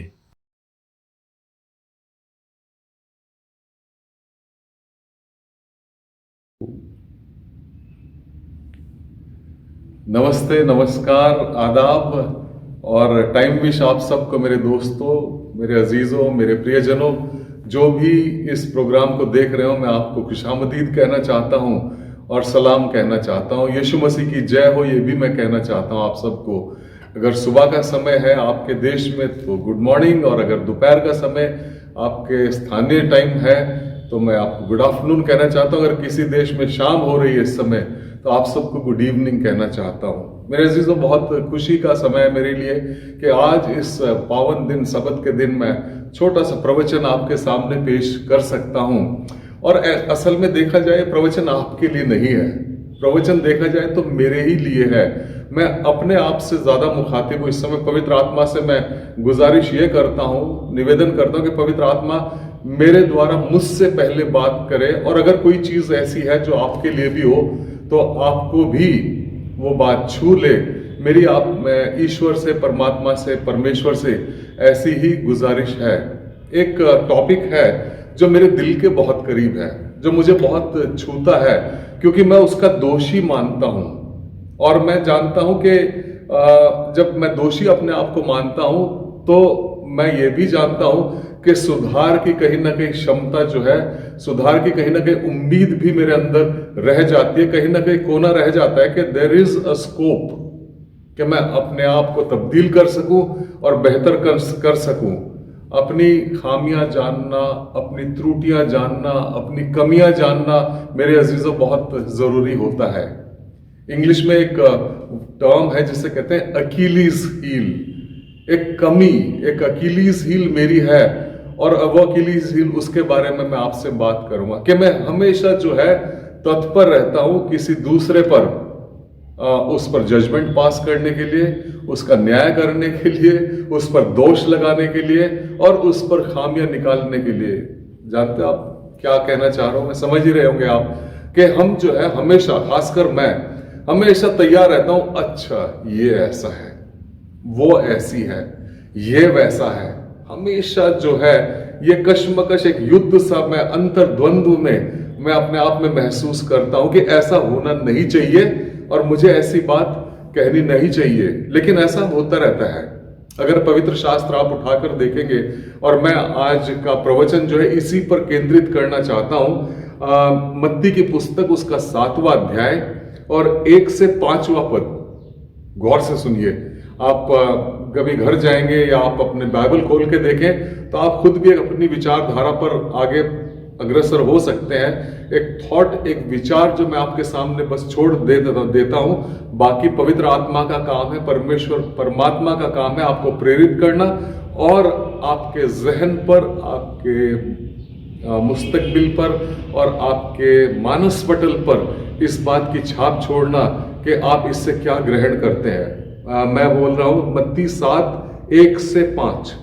इसी पर मैं थोड़ी सी व्याख्यान करूंगा, समय भी सीमित है और ज्यादा समय बोलूंगा तो उसका मायने ज्यादा नहीं होगा और बात भी निरर्थक हो जाती है। जहां कोरे शब्द हो वो ऐसे होते हैं जैसे पेड़ के नीचे पत्ते, और जिन ज्यादा पत्ते हो तो उनका कुछ मायने नहीं होता है। तो मैं नपी तुली और सीधी सादी बात आपसे करना चाहता हूं आज। पर देखे क्या लिखा है मत्ती 7, 1 से 5 में लिखा है, दोष मत लगाओ कि तुम पर भी दोष ना लगाया जाए। जो Newton 3rd law of motion है ना, न्यूटन का तीसरा मोशन का जो लॉ है वो ये कहता है, every action has an equal and opposite reaction. कोई भी क्रिया मैं करूंगा तो उसकी प्रतिक्रिया जरूर होगी मेरे अजीजों। अच्छा कर्म करूंगा, हो सकता है कभी कभी बुराई भी मिल जाती है अच्छा करने से, लेकिन इसका मतलब ये नहीं कि आप बुराई करते रहें। अच्छे मार्ग पर आप चलते हैं, अच्छे संस्कार आपने पाए हैं, अच्छे विधान आपके हैं, अच्छी विधि आपकी है, अच्छी सोच आपकी है, अच्छी नींव आपकी है, अच्छे मूल्य संस्कारवान बातें आप सीखी हैं आपने, तो उसकी अच्छाई कहीं ना कहीं जरूर आएगी। मेरे भाइयों, जिंदगी में एक चीज होती है कैस्केडिंग इफेक्ट बोलते हैं। आप ईंटें खड़ी कीजिए लाइन में और खड़ी करेंगे तो एक ईंट को आप गिराएंगे तो टक टक टक टक करके सारी ईंटें गिरती जाएंगी। उसे कहते हैं कास्केडिंग इफेक्ट।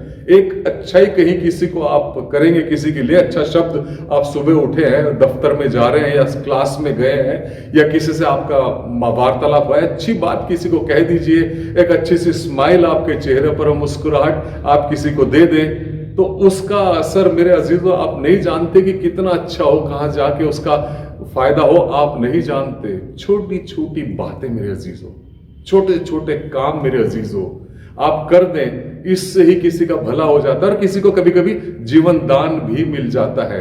एक गीत है जिसमें कहा गया है, डूबने वाले को तिनके का सहारा ही बहुत।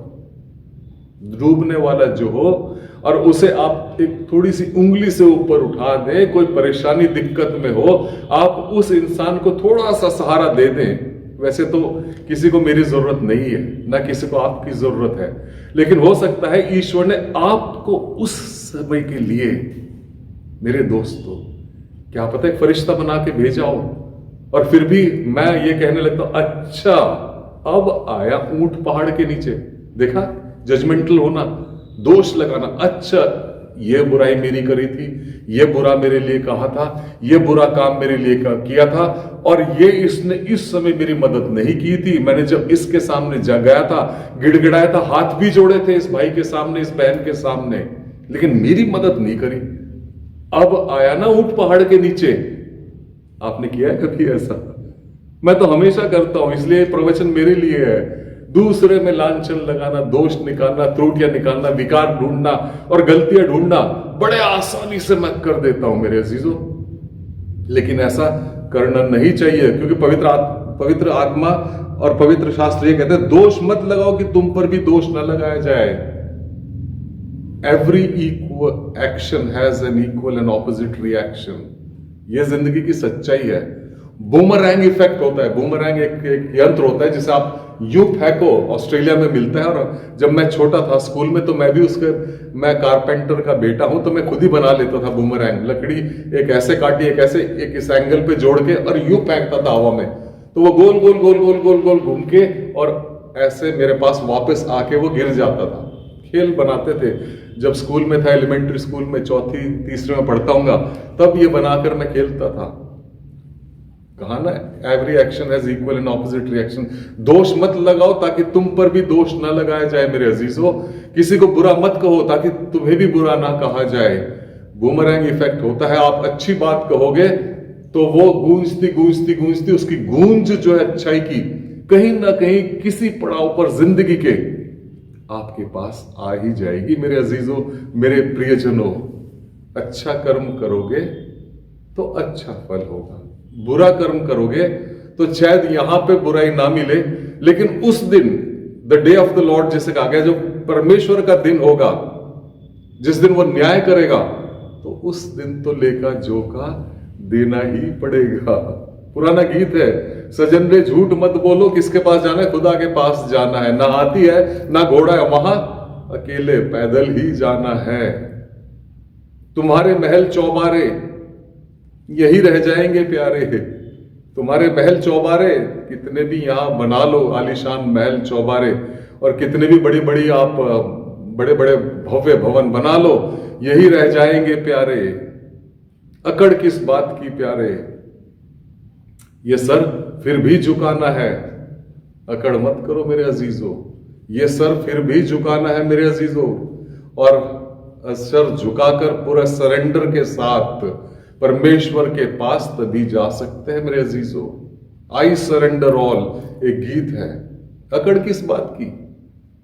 कहते हैं कि जो इंसान होता है झुकता वही है जिसमें जान होती है, वरना अकड़ तो मुर्दों की शान होती है मेरे अजीजों। तो दोष मत लगाओ, लांछन मत लगाओ किसी के ऊपर, ताकि तुम पर भी दोष ना लगाया जाए। दूसरी आयत इस प्रकार कहती है, मत्ती की 7वां अध्याय उसका दूसरा पद, क्योंकि जिस प्रकार तुम दोष लगाते हो उसी प्रकार तुम पर भी दोष लगाया जाएगा। सतीश शर्मा, परमेश्वर का वचन तुम्हारे लिए, आपके लिए यह कहता है सतीश शर्मा कि क्योंकि जिस प्रकार आप दोष लगाओगे उसी प्रकार तुम पर भी दोष लगाया जाएगा, और जिस नाप से तुम नापते हो उसी से तुम्हारे लिए भी नापा जाएगा। जिस नाप से दोष लगाते हो तो दोष तो लगाएंगे ही। बहुत आसान है मेरे अजीजों।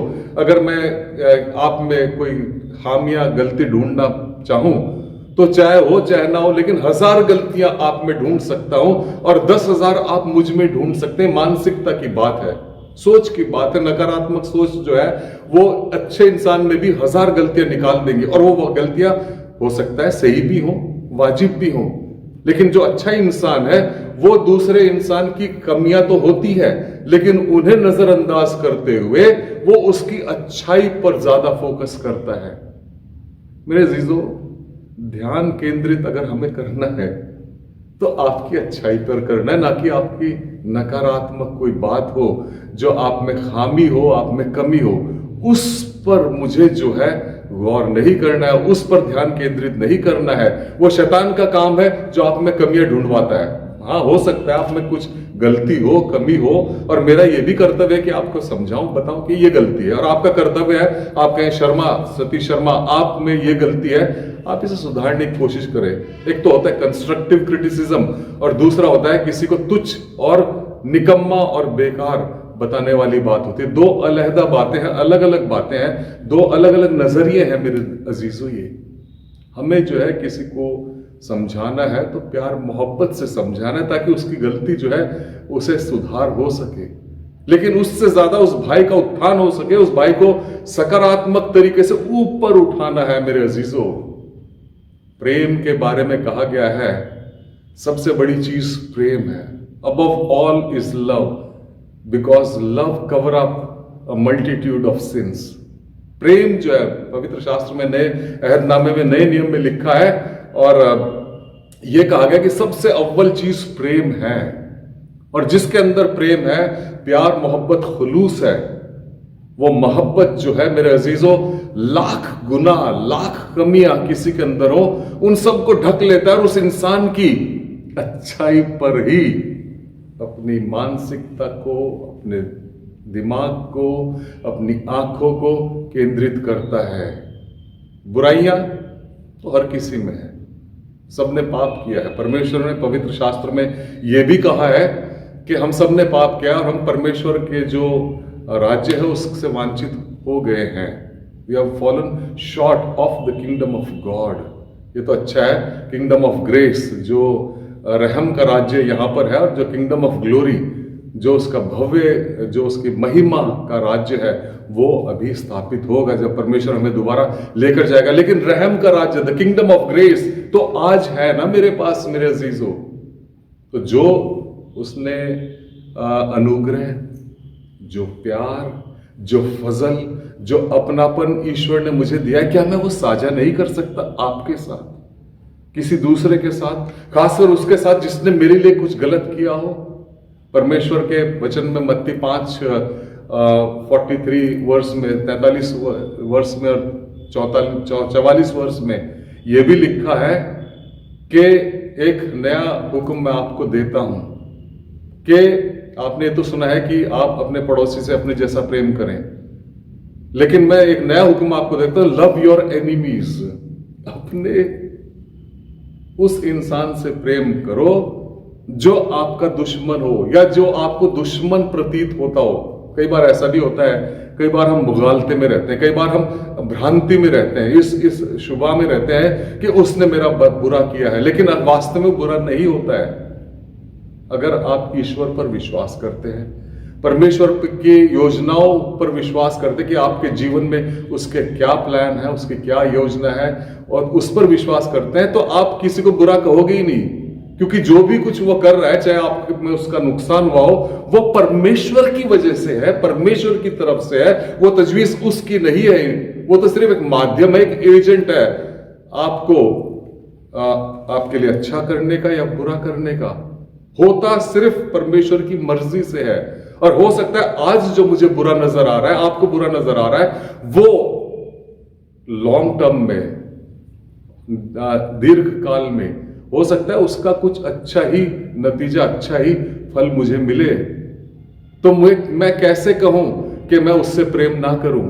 लव योर एनिमीज, नया कमांड, एक नई जो है नियम मैं आपको देता हूं। उनसे प्रेम करो जिसे आप पसंद ना करते हो, उनसे प्रेम करो जो आपके लिए बुरा करते हो, उनसे प्रेम करो जिनसे आपको लगता हो कि उन्होंने आपका बुरा चाहा है या बुरा कहा है या बुरा किया है, या आपका चरित्र हनन जिन्होंने किया है। बहुत आसान है मेरे अजीजों आपके बारे में फुसफुसाऊं, बहुत आसान है।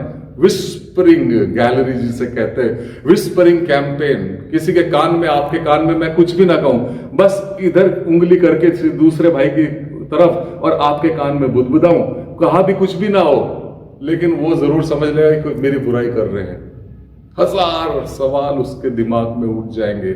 मेरे अजीजों, ये करेक्टर असैसिनेशन, किसी के बारे में आधी सच्ची आधी झूठी कच्ची पक्की बात बताना अच्छी बात नहीं है। लिखा है क्योंकि जिस प्रकार तुम दोष लगाते हो उसी प्रकार तुम पर भी दोष लगाया जाएगा, और जिस नाप से तुम नापते हो उसी से तुम्हारे लिए भी नापा जाएगा। मेरे अजीजों, जिस नाप से तुम नापते हो, अगर लंबाई नापनी है, ये इंच टेप मेरे पास है, अगर लंबाई नापनी है, अगर 5 इंच मैं आपके लिए चला हूं, तो मेरे अजीजों 5 इंच जो है आप भी चलेंगे मेरे साथ। और अगर मैं आपके साथ 1 फुट चला हूं, 12 इंच चला हूं मेरे अजीजों, तो 12 इंच आप भी मेरे साथ चलेंगे। अंग्रेजी में कहते हैं गोइंग एन एक्स्ट्रा माइल। जिस नाप से मैं नापूंगा उसी नाप से मुझे भी नापा जाएगा। जितना मैं दूर तक आपके साथ चलूंगा, संभव है आप भी उतनी दूर तक मेरे साथ चले। कम चलूंगा तो कम चलेंगे, ज्यादा चलूंगा तो ज्यादा आप चलेंगे। नाप से उसी से नापा जाएगा जिस नाप से आप जो है दूसरे को नापते हैं। समझ में आया क्या क्या कहने का तात्पर्य है पवित्र शास्त्र में? मेरे अजीजों, मैं बताना चाहूं, और जिस तोल से आप तोलेंगे वही तोल आपके लिए भी इस्तेमाल होगा। जैसे ये है, देखिए ये नाप है यहां मेरे पास, और इस नाप में मैं इतना सा जल डालूं इसमें अगर, तो मेरे अजीजों आप वापस मुझे जब वापस मेरा ये नाप लौटाओगे तो इतना ही संभव है आप वापस भरकर मुझे दो। और अगर मैं इसे और भर दूं तो आप और ज्यादा मुझे दोगे, और अगर मैं इसे पूरा ही भर दूं ऊपर तक, तो मेरे अजीजों पूरा 1 लीटर जो है आप मुझे लौटा दोगे। तो मेरे अजीजों, कहने का मतलब यह है कि जिस नाप से मैं नाप कर आपको दूंगा, जिस मात्रा में मैं आपको दूंगा, उसी मात्रा में दुनिया की ये रीति रिवाज है, दुनिया की रस्म और रिवाज है कि आप भी मुझे उसी मात्रा में और उसी नाप से बांधकर जो है तौलकर मुझे देंगे। तो बहुत जरूरी है मैं ज्यादा से ज्यादा, जिस अंग्रेजी में एक शब्द है मैग्नानिमिटी के साथ, दरिया दिली के साथ मैं आपके सामने पेश आऊं, ना कि आपकी बुरी बातें सोचूं, बल्कि जितना मैं दूं उससे ज्यादा कहीं आप अपनी दरिया दिली में मुझे दे सके। इस अपेक्षा में, इस उम्मीद में और इस तवक्को में मैं आपके सामने पेश आऊं। जिस नाप से कहा गया है वचन में, जिस नाप से आप तोलोगे वही नाप से आपके लिए भी तोला जाएगा। मुझे उम्मीद है कि आपकी समझ में कुछ बात आई होगी इसमें से। यहां लिखा है, तू क्यों अपने भाई की आंख के तिनके को देखता है और अपनी आंख का लट्ठा तुझे नहीं सूझता?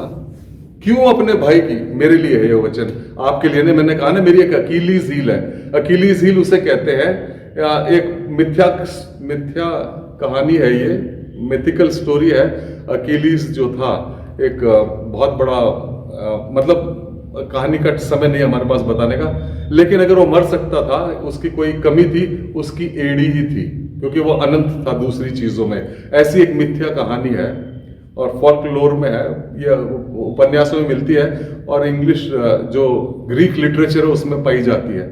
अगर उसकी कोई कमी थी, उसकी एड़ी थी, वो कमजोरी थी, बहुत बड़ी कमजोरी। किसी इंसान में जो उसकी सबसे बड़ी कमजोरी है उसे अकीलीज हील कहते हैं। और मेरी अकीलीज हील है कि मैं अपने आप को ज्यादा समझता हूं, अपने आप को मैं परफेक्ट समझता हूं, अपने आप को मैं मुकम्मल समझता हूं, अपने आप को मैं सिद्ध समझता हूं, और बाकी सब मेरे सामने मूर्ख, मूढ़ और जड़ हैं।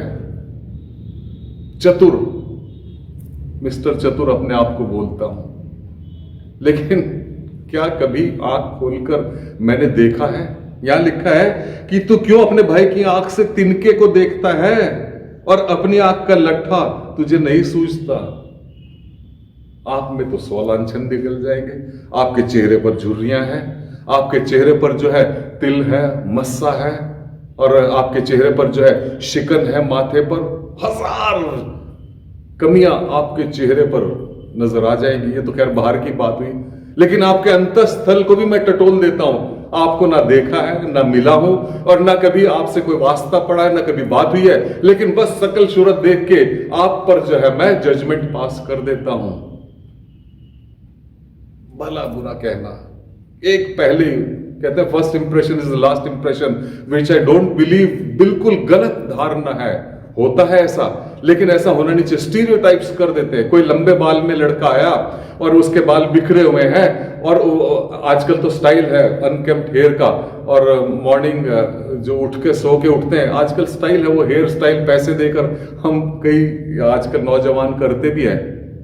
बस जज कर लेते हैं, अरे ये तो लेजी आदमी है, ये तो नकारा आदमी है, निकम्मा आदमी है, और ये तो बिल्कुल मतलब अपने आप को सजने संवारने या अपने आप को डिसेंट दिखाने में काबिल ही नहीं, ना वो कुछ ये इसमें रुचि रखता है। यू नो, हम जजमेंट पास कर दिया एक ही नजर में, और मैं आप पर जो है 1000 चीजें कह देता हूं। अगर नहीं भी मुंह से कहा तो मन में तो कम से कम जजमेंट या वर्डिक्ट पास कर ही देता हूं। अकीलीज हील, पता नहीं आपकी अकीलीज हील है कि नहीं है, या आपकी फेटल फ्लॉ है कि नहीं, लेकिन मेरी फेटल फ्लॉ जरूर है ये। और ईश्वर मुझसे बात कर रहा है आज, कह रहा है सतीश शर्मा ऐसे मत करो, ऐसे मत कहो, ऐसे मत सोचो किसी के बारे में। कोई लड़का जीन्स में आया, आजकल टॉर्न जीन्स का फैशन है, आजकल जो है पैचेस का फैशन है, और आजकल जो है अलग अलग तरीके की डेनिम्स मिलती हैं। बस जजमेंट पास कर दिया।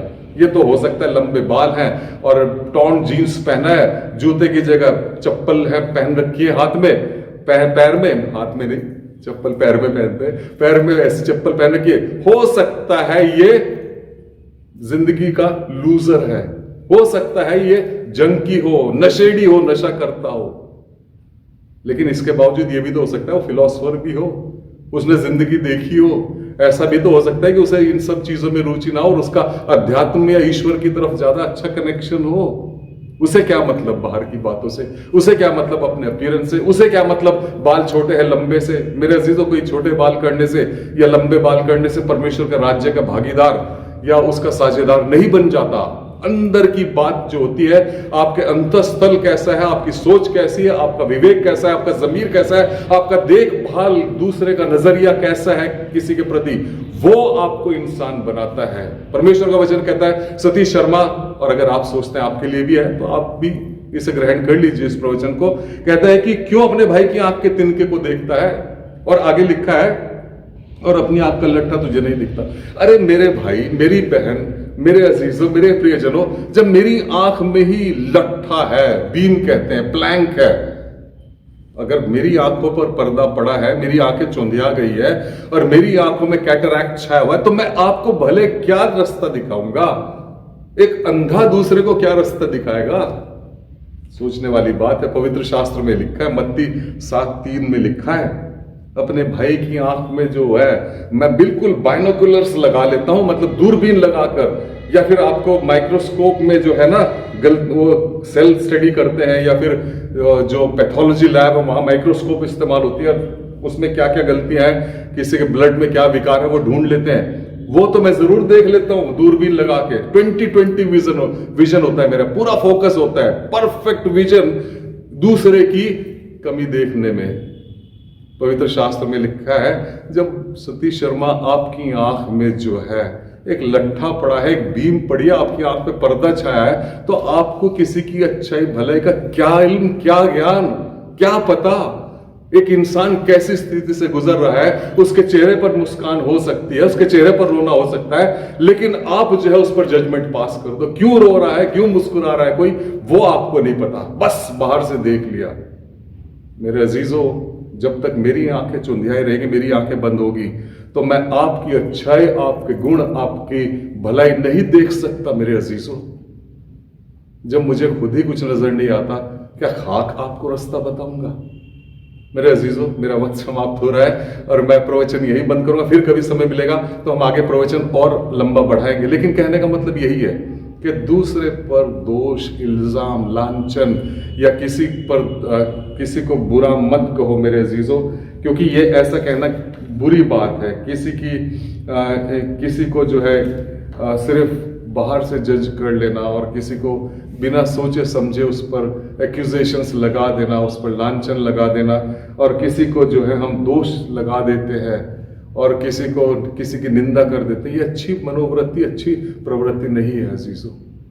परमेश्वर कहता है कि दोष निकालना, न्याय करना, जजमेंट पास करना वो मेरा काम है। तुम तो खुद पापी हो, क्या खाक दूसरे के पाप के बोध कराओगे? सतीश शर्मा, तुम तो सबसे बड़े पापी तुम ही हो। पौलुस की तरह मैं भी कहता हूं कि सबसे बड़े पापी सतीश शर्मा आप हो, लेकिन आप दूसरों पे दोष निकालते हो। ये कहाँ की सभ्यता है, ये कहाँ का विधान है, ये कहाँ की विधि और ये कहाँ का संस्कार है और ये कहाँ का पवित्र शास्त्र में किस जगह लिखा है? मेरे अजीजों, अगर मुझे आपसे बात करनी है तो मुझे आपको समझना होगा, ना कि आप पर दोष लगाऊं, बल्कि आपको मैं परमेश्वर का जन मानते हुए, परमेश्वर की कृति मानते हुए, परमेश्वर की सृष्टि मानते हुए, परमेश्वर की छवि मानते हुए मैं ये मानूं कि आप मुझसे बेहतर हैं। आपके साथ कैसा है मेरे अजीजों? क्या आप भी मेरी तरह हैं? मुझे उम्मीद है कि आप मेरी तरह नहीं होंगे, आप मेरे से बेहतर होंगे। लेकिन अगर कहीं आपको भी नजर आता है इस प्रवचन से कि आप भी कहीं ना कहीं दोषी ठहरते हैं इसी कमी के, तो मैं आग्रह करता हूं कि पवित्र आत्मा को इतना अवसर दीजिए, प्रार्थना में थोड़ा समय बिताइए, ताकि वो मुझे हलीम कर सके, मुझे जो है विनम्र कर सके, नम्रता से भर सके, ताकि मैं समर्पण की भावना से ईश्वर के प्रति और उसकी जो सृष्टि है, जो उसकी संतान है इस पृथ्वी पर, या किसी भी कोई भी इंसान के प्रति मैं सद्भाव दिखाऊं और ये मानूं कि वो आप मुझसे बेहतर है और मैं आपसे बुरा हूं, तो मैं आपसे जरूर प्रेम कर पाऊंगा। अगर दोष निकालूंगा तो इसका मतलब यह है कि मेरी आंख में लट्ठा छाप, एक बड़ा सा बीम है, लेकिन आपको नजर नहीं अच्छी तरीके से नहीं देख पा रहा हूं, तो क्या खाक रास्ता दिखाऊंगा आपको? ईश्वर आपके साथ हो, ईश्वर आपको हिम्मत दे, हौसला दे, आपका दिन अच्छा जाए और जो अगला सप्ताह है वो अच्छा जाए आपका। मेरी ईश्वर से यही मनोकामना है। उसका महिमा, उसका जलाल आप पर बना रहे और उसकी अच्छाई, उसका बड़प्पन ईश्वर का आपके जीवन में रहे, उसका संरक्षण आप पर रहे, ऐसी मेरी परमेश्वर से प्रार्थना है। आइए विनम्र बने, आइए दूसरों को रास्ता तभी दिखाए जब हमारी अंतस्थल, हमारे मन की आंखें ईश्वर के द्वारा खोल दी गई हों, और इस बात में प्रार्थना में रहे, उस बात में उसके हम आंगन में रहें, और इस बात में उसके हम बाट में रहें, तभी हमारा उद्धार हो सकता है, तभी हम दूसरे को अपने से अच्छा और उसकी कम अच्छाई जान सकते हैं। ईश्वर हम सबके साथ, आइए प्रार्थना करेंगे और इस आज के प्रवचन का अंत करेंगे। आइए प्रार्थना करें। परमेश्वर पिता सर्वशक्तिमान परमेश्वर, आपके बहुत ही धन्यवादी हैं प्रभु।